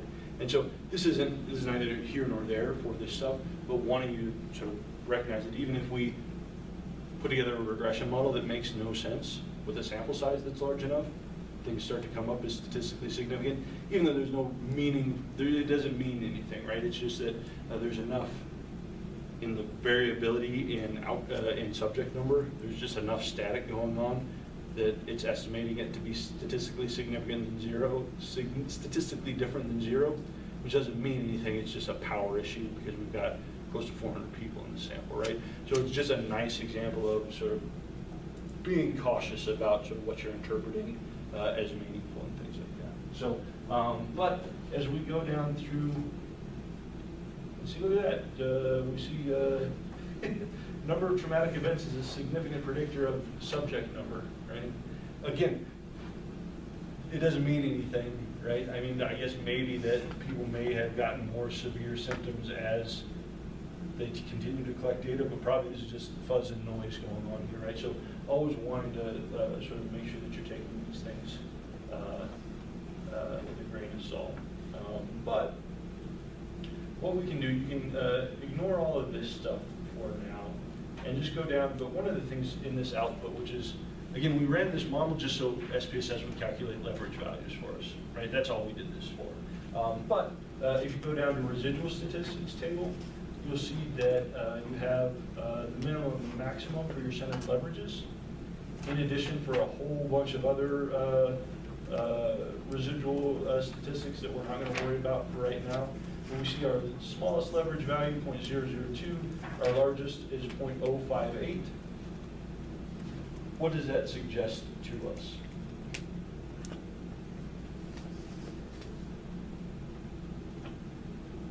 That we have some multivariate outliers? Yeah, something that might be sort of worth looking into, right? So if our cut point, right, with our cut point is 0.038, right, we've got leverage values that exceed that, right? But again, do not use this as sort of the end-all be-all for saying, oh yes, this is 100% a multivariate outlier, because again, this is a minimum value for further exploration, right? We don't want to say hard and fast like, oh, anything that exceeds this is 100% multivariate outlier. Need to start kicking it out. Okay? So the thing that we want to do is what I'm going to go through is I'm going to go back into my syntax file, or well, I'll just go because I don't know what it's called. So I'll go descriptives, explore, and this time what I want to do is I want to get graphs for my centered leverages. So I'm going to look at a box plot and a histogram for these leverage values to see kind of what the distribution of these centered leverages are. So I'm going to paste that. So we can say, what we're going to do is we're going to plot these leverage values out to see kind of, do we see values that are very, very clearly setting apart from the rest of the thing, that are going to be not just in terms of our criterion here, but something that probably warrant some additional evaluation. Right? So I'm going to go through and I'm going to say, examine this.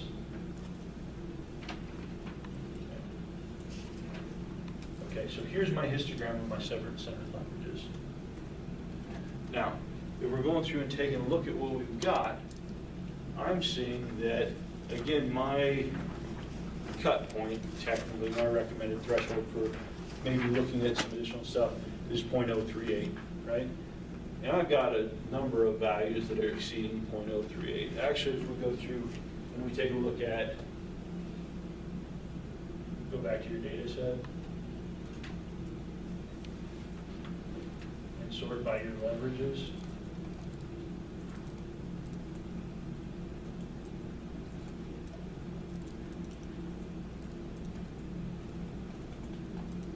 You've got a handful of cases that are sort of looking as though they're kind of at the end of that distribution, right? But what I'm more interested at in is from graphically, it looks like I've got some higher values here, right? But I've really got two cases that are kind of set apart different from the rest. I've got a couple of cases that are in terms of multivariate space, where the combination of predictors of these variables for these cases relative to the centroid of the rest of the set, there's some distance there, right? And so what I want to do is I'm probably going to say, all right, I've got a couple of cases that are probably going to draw the most of my attention. Yeah, you've got some other ones that are above this technically, but from a graphical standpoint, these are the two that are probably going to warrant the greatest level of attention, right? And so if I go down through and again, take a look at my stem and leaf plot, this is saying I've got 14 extreme values, which is kind of a lot. If I take a look at my box plot here, it looks like case 166 and case 54 are sort of looking strange in multivariate space.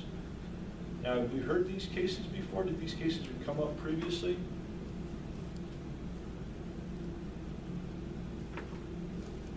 Where did 166 come up? 600. What's that? Was it 600? Wasn't the 600? No.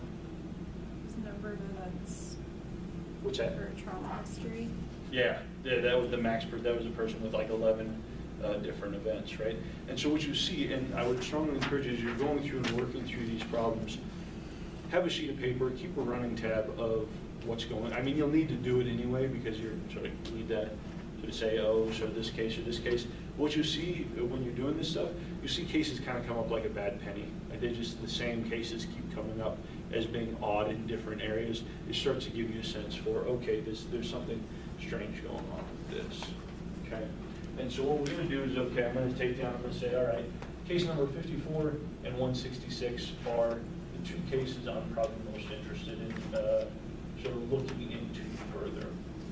And so if I go through and I take a look at these, it's case number 4 and case number 166. So I've identified these as the combination of scores on my variables of interest are in some way weird relative to the rest of the set. What I need to do is figure out why. I need to explain this. I need to say, particularly if I'm going to end up excluding these cases, I want to be able to say, what's going on? Why are these cases weird? What makes these cases set apart? What makes them strange relative to the rest of stuff? Okay? So what I'm going to do is I'm going to go through and in my syntax file, I'm going to create a couple of new variables.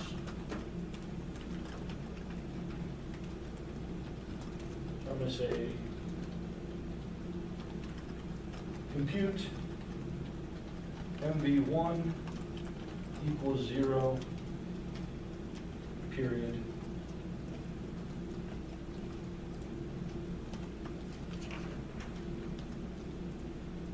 Compute MV2 equals 0.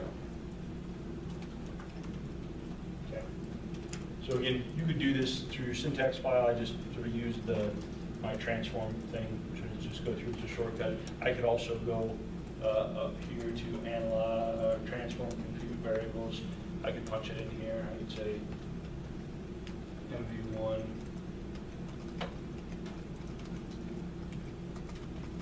0. I can do it that way if I wanted to.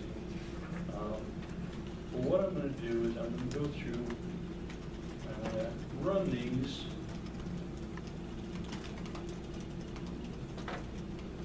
And what this is going to do is it's going to create two new variables, MV1 and MV2, just a column of zeros. But what I'm going to do is I'm going to go down through and I'm going to flag each one of these cases that I want to look for further. So this first case that has the highest leverage value, I'm going to call this, I'm going to put a 1 here, right? So MV1 is a column of zeros except for a 1 for the person who has the highest leverage value. And then MV2, I'm going to go ahead and hit 1 there. And so what I've got is I've got 2 new variables that I've created. Zeros for everybody except the one case that I'm interested in taking a look at. Okay. Evelyn, did you get, you run into a problem? Yeah, but I think it's my own fault. What's that? I need to do the second one too. Do you have a zero, or a period on your? Yeah, I just, yeah, Okay. that was the issue. Gotcha. Mhm. Okay. So what we've done is we've got an indicator variable, right? We've got an indicator variable that identifies this first potentially problematic case. A second indicator variable identifies this other potentially problematic case. Okay.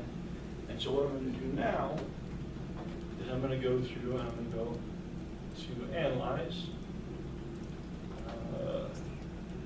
regression, go linear. And now instead of regressing subject number, I'm going to regress for this first model, multivariate 1. I had zeros all the way across on that. Oh yeah, I put the ones in by hand. Yeah. So generating the column of zeros is just so that I don't have to like copy and paste the zeros down there, right? So we've got, so make your zeros and then put a 1 here, put a 1 here, and so just indicate that, right? And so now what I'm going to do is I'm going to regress MV1 onto all of my predictors, okay? And I can go through and, for statistics, I don't need collinearity diagnostics or case-wise diagnostics. That doesn't need to happen, and I don't need to save leverages on anything, so I'll turn that off, right? And I'm just going to paste. So what I've got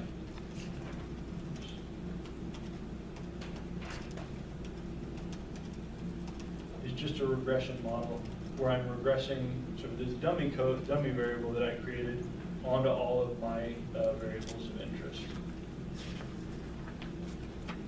I'm going to hit run this. Okay. And what I want to go through here is go through and take a look at my significance values. Okay. So if I go down through and I take a look at significance here, right? I'm going to say what variables are predicting this indicator variable that identifies this first multivariate outlier, right? If I go through and take a look, I see that if I look at my statistical significance, I see number of trauma history, number of events, and PTSD severity. These two predictors, or these two variables, are demonstrating associations with MV1, right? Where 0 is everybody else, 1 is the one case that I'm interested in taking a look at, right? So if I go through, everybody follow me up to this point, see what I did? Okay.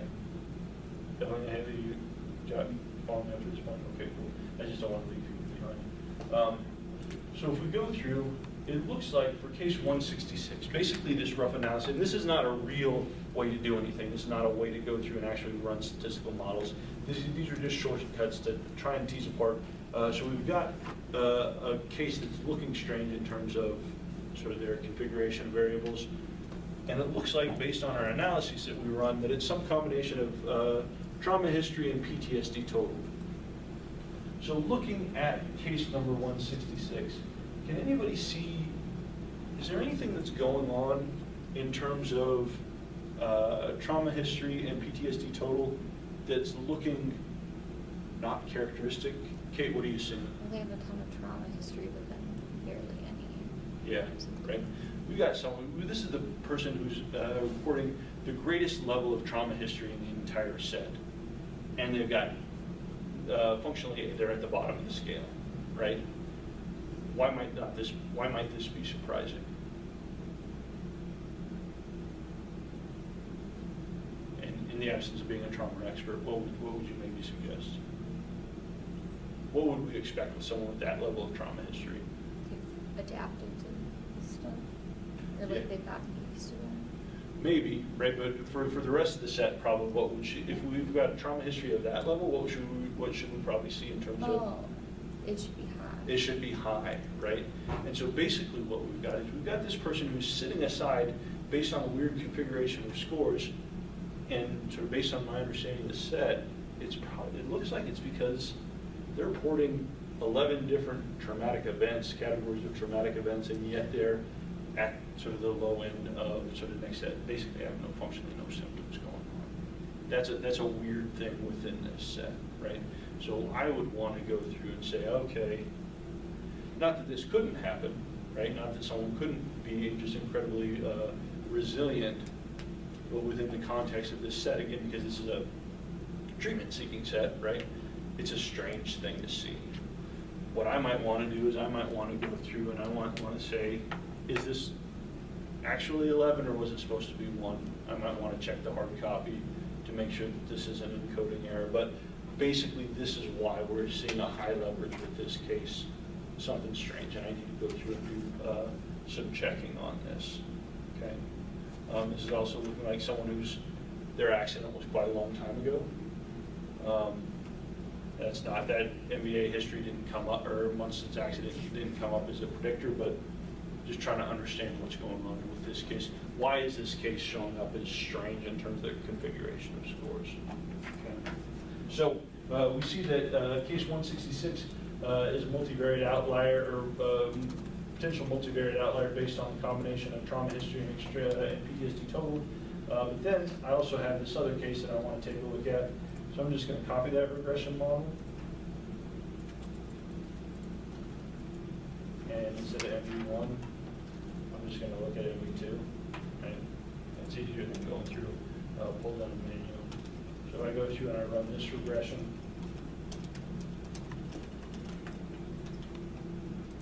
Functionally getting the same thing, right? It looks like it's some combination of trauma history and PTSD severity. Age looks like it's trending, but that doesn't look like a huge thing. So again, if I go through and take a look at case number 54, again, looks like we're seeing the same thing, right? We've got someone who's not at the top of the scale, but they're really high. 9 different traumatic events, have a PTSD score of 5 on a scale of 0 to 136, right? So again, looks like we've got two cases that are high leverage cases, suggesting potential multivariate outliers. And the reason that it looks like these two cases are being flagged is because they've got a weird configuration of pretty massive trauma history and sort of really minimal stuff. So what I would want to do in this type of thing, I would want to go through and make sure that these scores are correct. Make sure that these scores are correct, that this isn't 50 and 20 or something like that, right? Want to go through, check my hard copies, make sure that there's not a weird entry, and then also want to go through and take a look at the notes on this person, right? Was this someone who had questionable responding for some reason? Was this someone who something backwards happened, right? For you all running experimental studies, right? Wanting your RAs to take notes on, hey, did anything go weird in this? And if it did, sort of write it down. Person wasn't paying attention, or they were drunk, or who knows, what type of stuff goes in. That way, if you go through and find cases that are weird, you can go back through your records and say, okay, this person, I had to tell them to put their phone away like 7 times, and I don't think they followed any of the directions. Or this person was done in, it's a 40-minute study and they were done in 5, right? Those types of things. So you can go through and say, either the data is unreliable, it's not questionable, or it's not reasonable, or there's a transcription error, something like that to say, so this is what's going on with these, or maybe these are real, right? Maybe these are just really resilient people, right? And so then we have to decide, so do we keep them, do we let them go, how do we go through, what do we do with this stuff? Okay. Questions on anything we've done here? All right. So, but for this, let's just say that we're going to go through, say, well, we're concerned about the reliability of reporting. These are people who maybe we look through the records, so the interview was weird, they're kind of minimizing stuff, not sure if they're giving us the full story on things or things along those lines. And so we're going to say, all right, these identified as pretty substantial multivariate outliers based on our leverage values of this and that. So this was the configuration that was going on. We're going to go through and say those people are gone because we don't know what the impact is going to be on sort of our analysis, right? So we've gotten rid of those folks. So what I would want to do is now we're going to go through file. Once I've deleted it, save as working two or something like that. Oftentimes I'll put in or the sample size so I know what I'm working with. Save that so that I'm not sort of writing over the top of something else, right? And now what I'm going to do is I'm going to go back to, so I got rid of those folks there, and I'm going to go back through, and I'm going to rerun my regression analyses.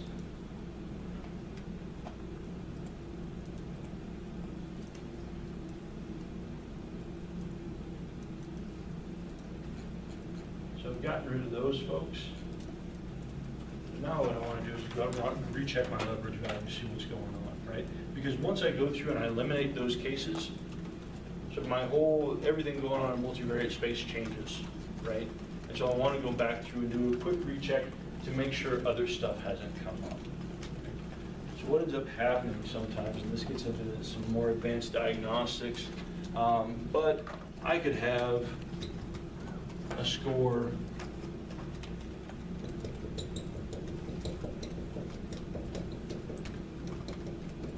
looks like this, and then I've got a set of scores up here and a set of scores down here, right? And I've got a regression line that looks something like that. I identify these, I get rid of these, but now these are turning up, right? So wanting to go through and see, do I've got other weird stuff that's popped up? We talk about this in terms of masking and swamping. If I get rid of these cases, are there other things that come up now in the case? And we don't want to get nuts and sort of just continue to chop away, but it always is important to go back through and take a look at what we've got going on since that. But what's nice is I've already got this, regression stuff saved, so I go through and rerun this. So now I see that my leverage values in my reduced set range from 0.002 to 0.043, okay? And so what is my new case with 388 cases?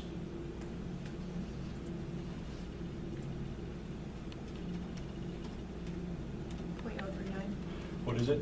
0.039. 0.039, yeah, it doesn't move a whole lot, right? So I've got a couple of, it looks like I've got at least one case based on my initial diagnostics that it's exceeding that cut point. But if I go through, so I've got Lev 2 is now the new leverage values.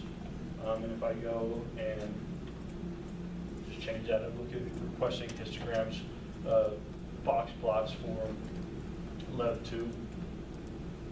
Go through and I run this. Okay. I've got some values that are kind of leverages that are kind of like hanging down on the end there, but they're not way out of bounds. I've got outline values, but all that are within the 1.5 times interquartile range, right? You know, I could continue to chip away at some of this stuff maybe, but it's probably not worth it at this point, right? We got rid of the two cases that were kind of the biggest issue. If I go through and take a look at sort my leverages now,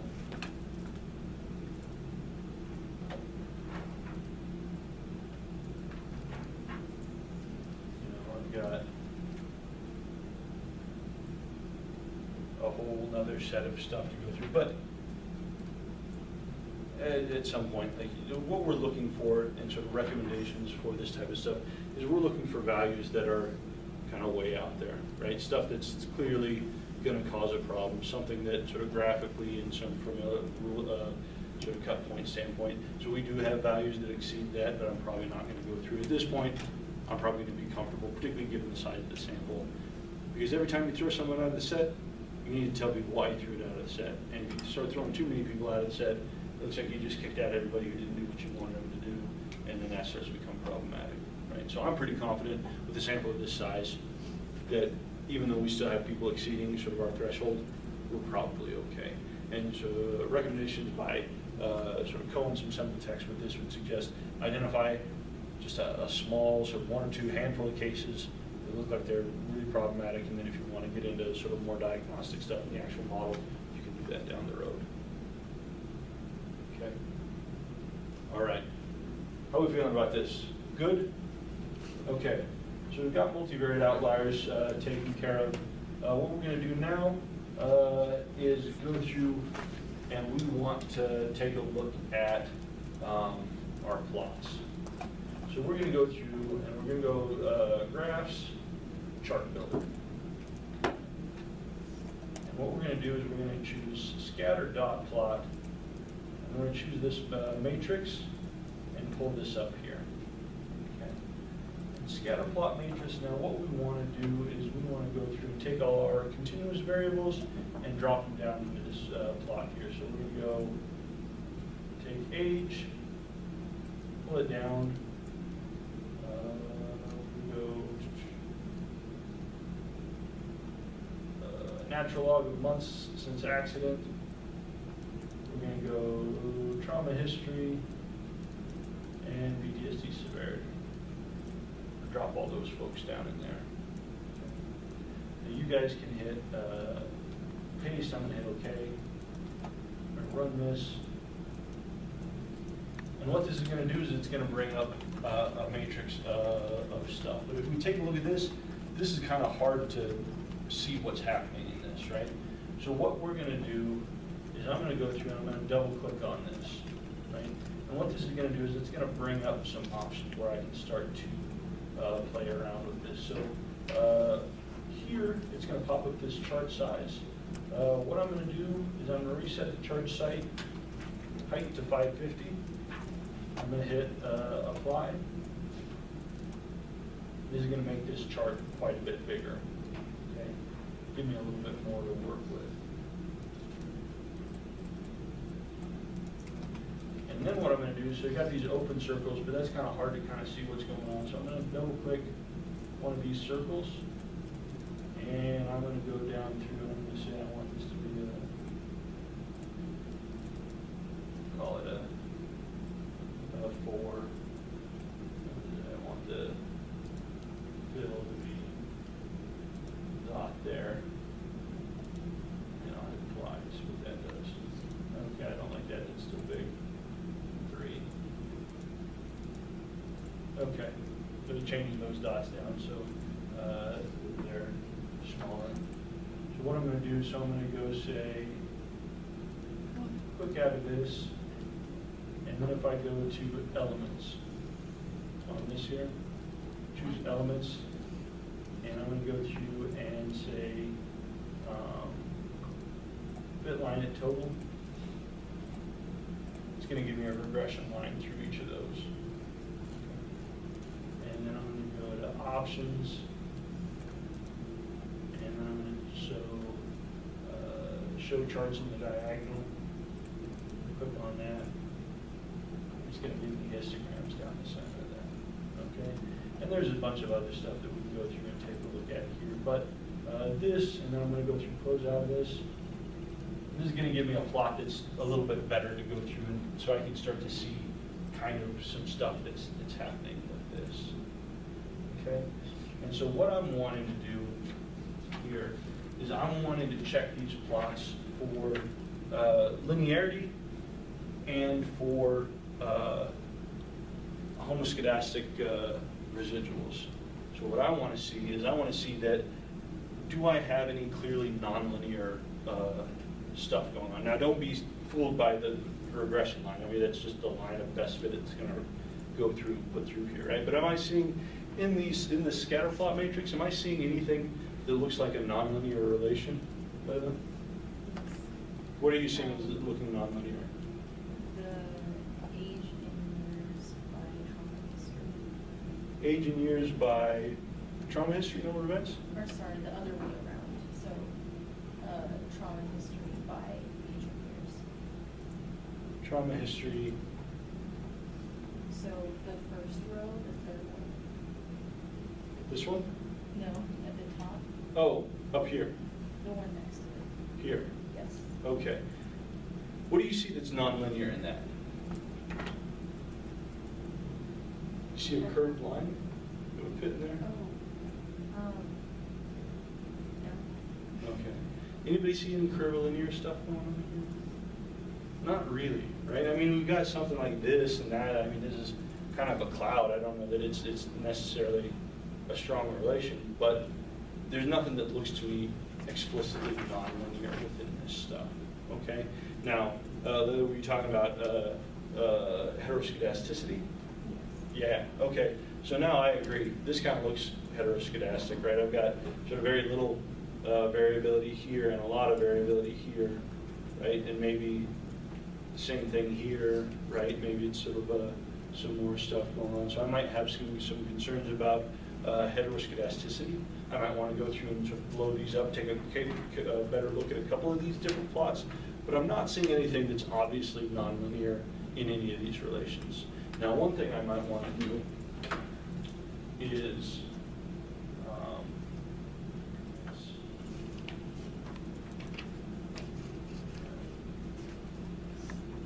try this again. Go to Analyze, Chart Builder. Okay. Run the same graph as I had before.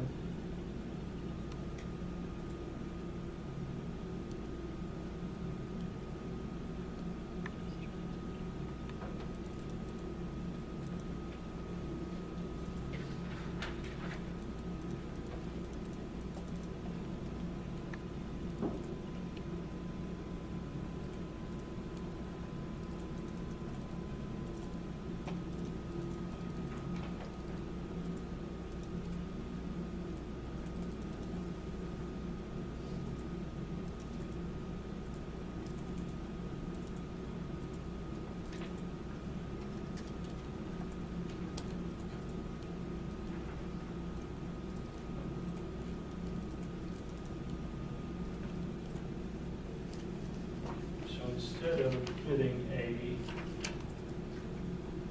straight line, what I could do is I'd go elements, I go fit line at toe.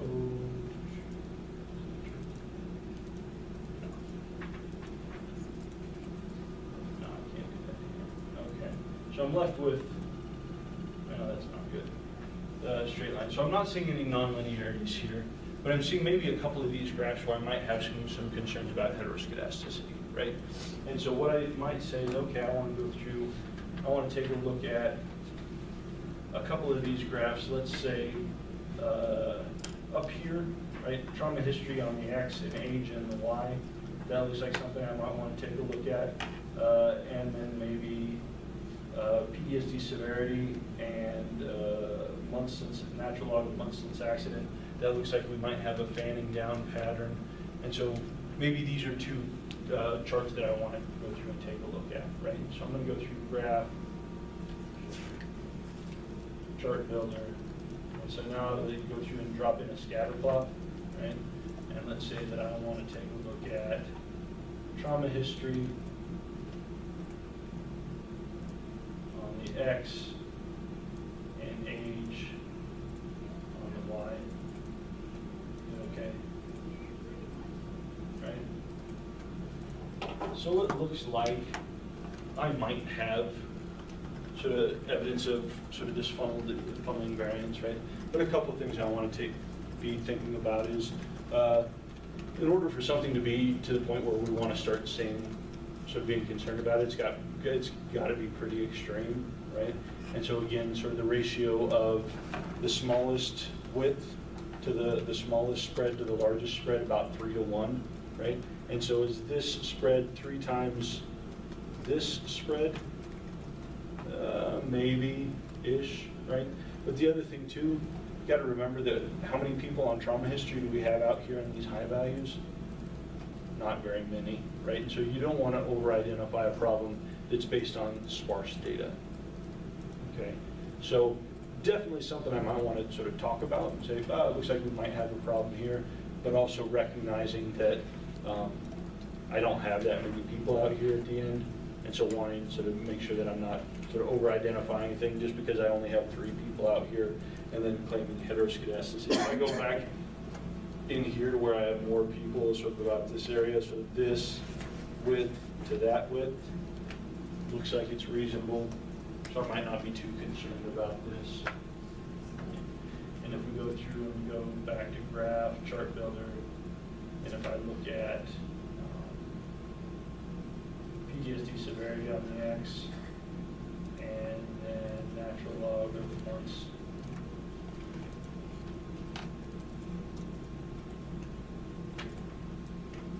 I don't know why, that was the other one I had some concerns with. Okay. So we're starting to see sort of more spread going on here, and this is nice because it's actual real continuous data. And so, but again, sort of here, we don't have a lot of stuff. If I take a look, yeah, it looks like I might have some decrease in variance, but is this distance 3 times, or so is this distance 3 times that distance?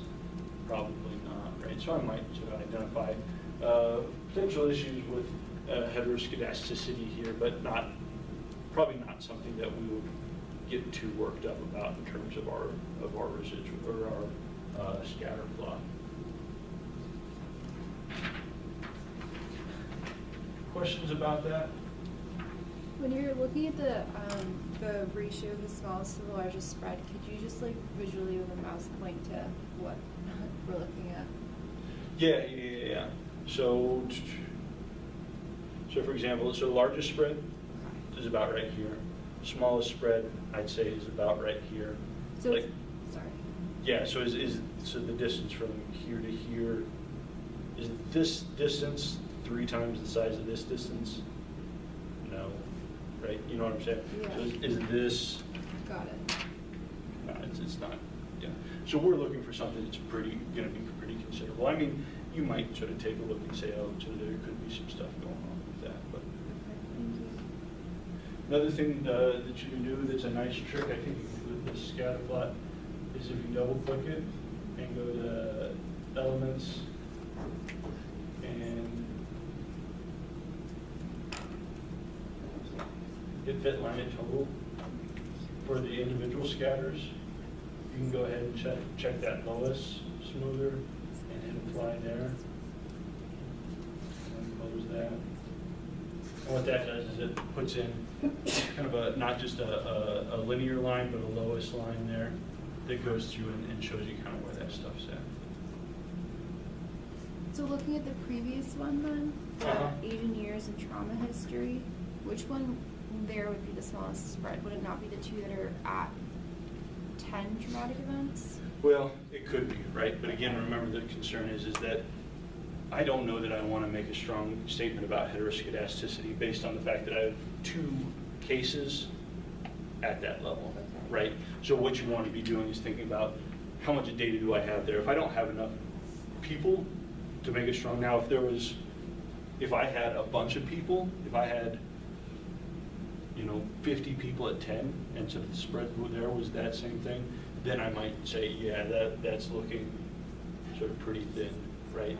But I know because we've gone through and screened this that I've only got a couple of people at that severity stuff. So I'm probably going to say, well, this is probably a better representation of what, so this is just, I can't have one person out there and claim 0 variability just because I have one person out there, right? Okay. So that's kind of what's been, Evelyn, you're absolutely right, because this does meet 3 of this, but what I'm doing is based on sort of my screening of the data is saying, I know that I've only got a couple of people out there, so I'm going to sort of take that into consideration. So around how many people would you say that you need in order to like look at it as the I don't know, smallest? right? Okay. And this is the thing, this is kind of the ambiguity you just have to accept in terms of this stuff, right? So thinking about like how many people makes sense to talk about, and it sort of depends, right? Like if I have, is it gonna be different if my sample's like 20 versus my sample's close to 400, right? So here I know in a sample of close to 400, I've only got a couple people here and probably not that many people at 9. Like literally, this might be the 5 people I have right here. So I'm not gonna make a strong determination of heteroscedasticity based on sort of this right here. Okay. All right, let me finish up real quick. You can look at your handouts just so that you guys can get headway on this next set. Correlation table, just looking for large correlations there. And then if you go back up to your, way back here to that second regression that we ran after we had dropped the 2 multivariate outliers, right? You'll see your collinearity diagnostics here. And this gives you your tolerance and your VIF, okay? What are we looking at in terms of VIF, in terms of problems with multicollinearity? Do you remember, Emilio? What was the question? Was there a threshold for VIF?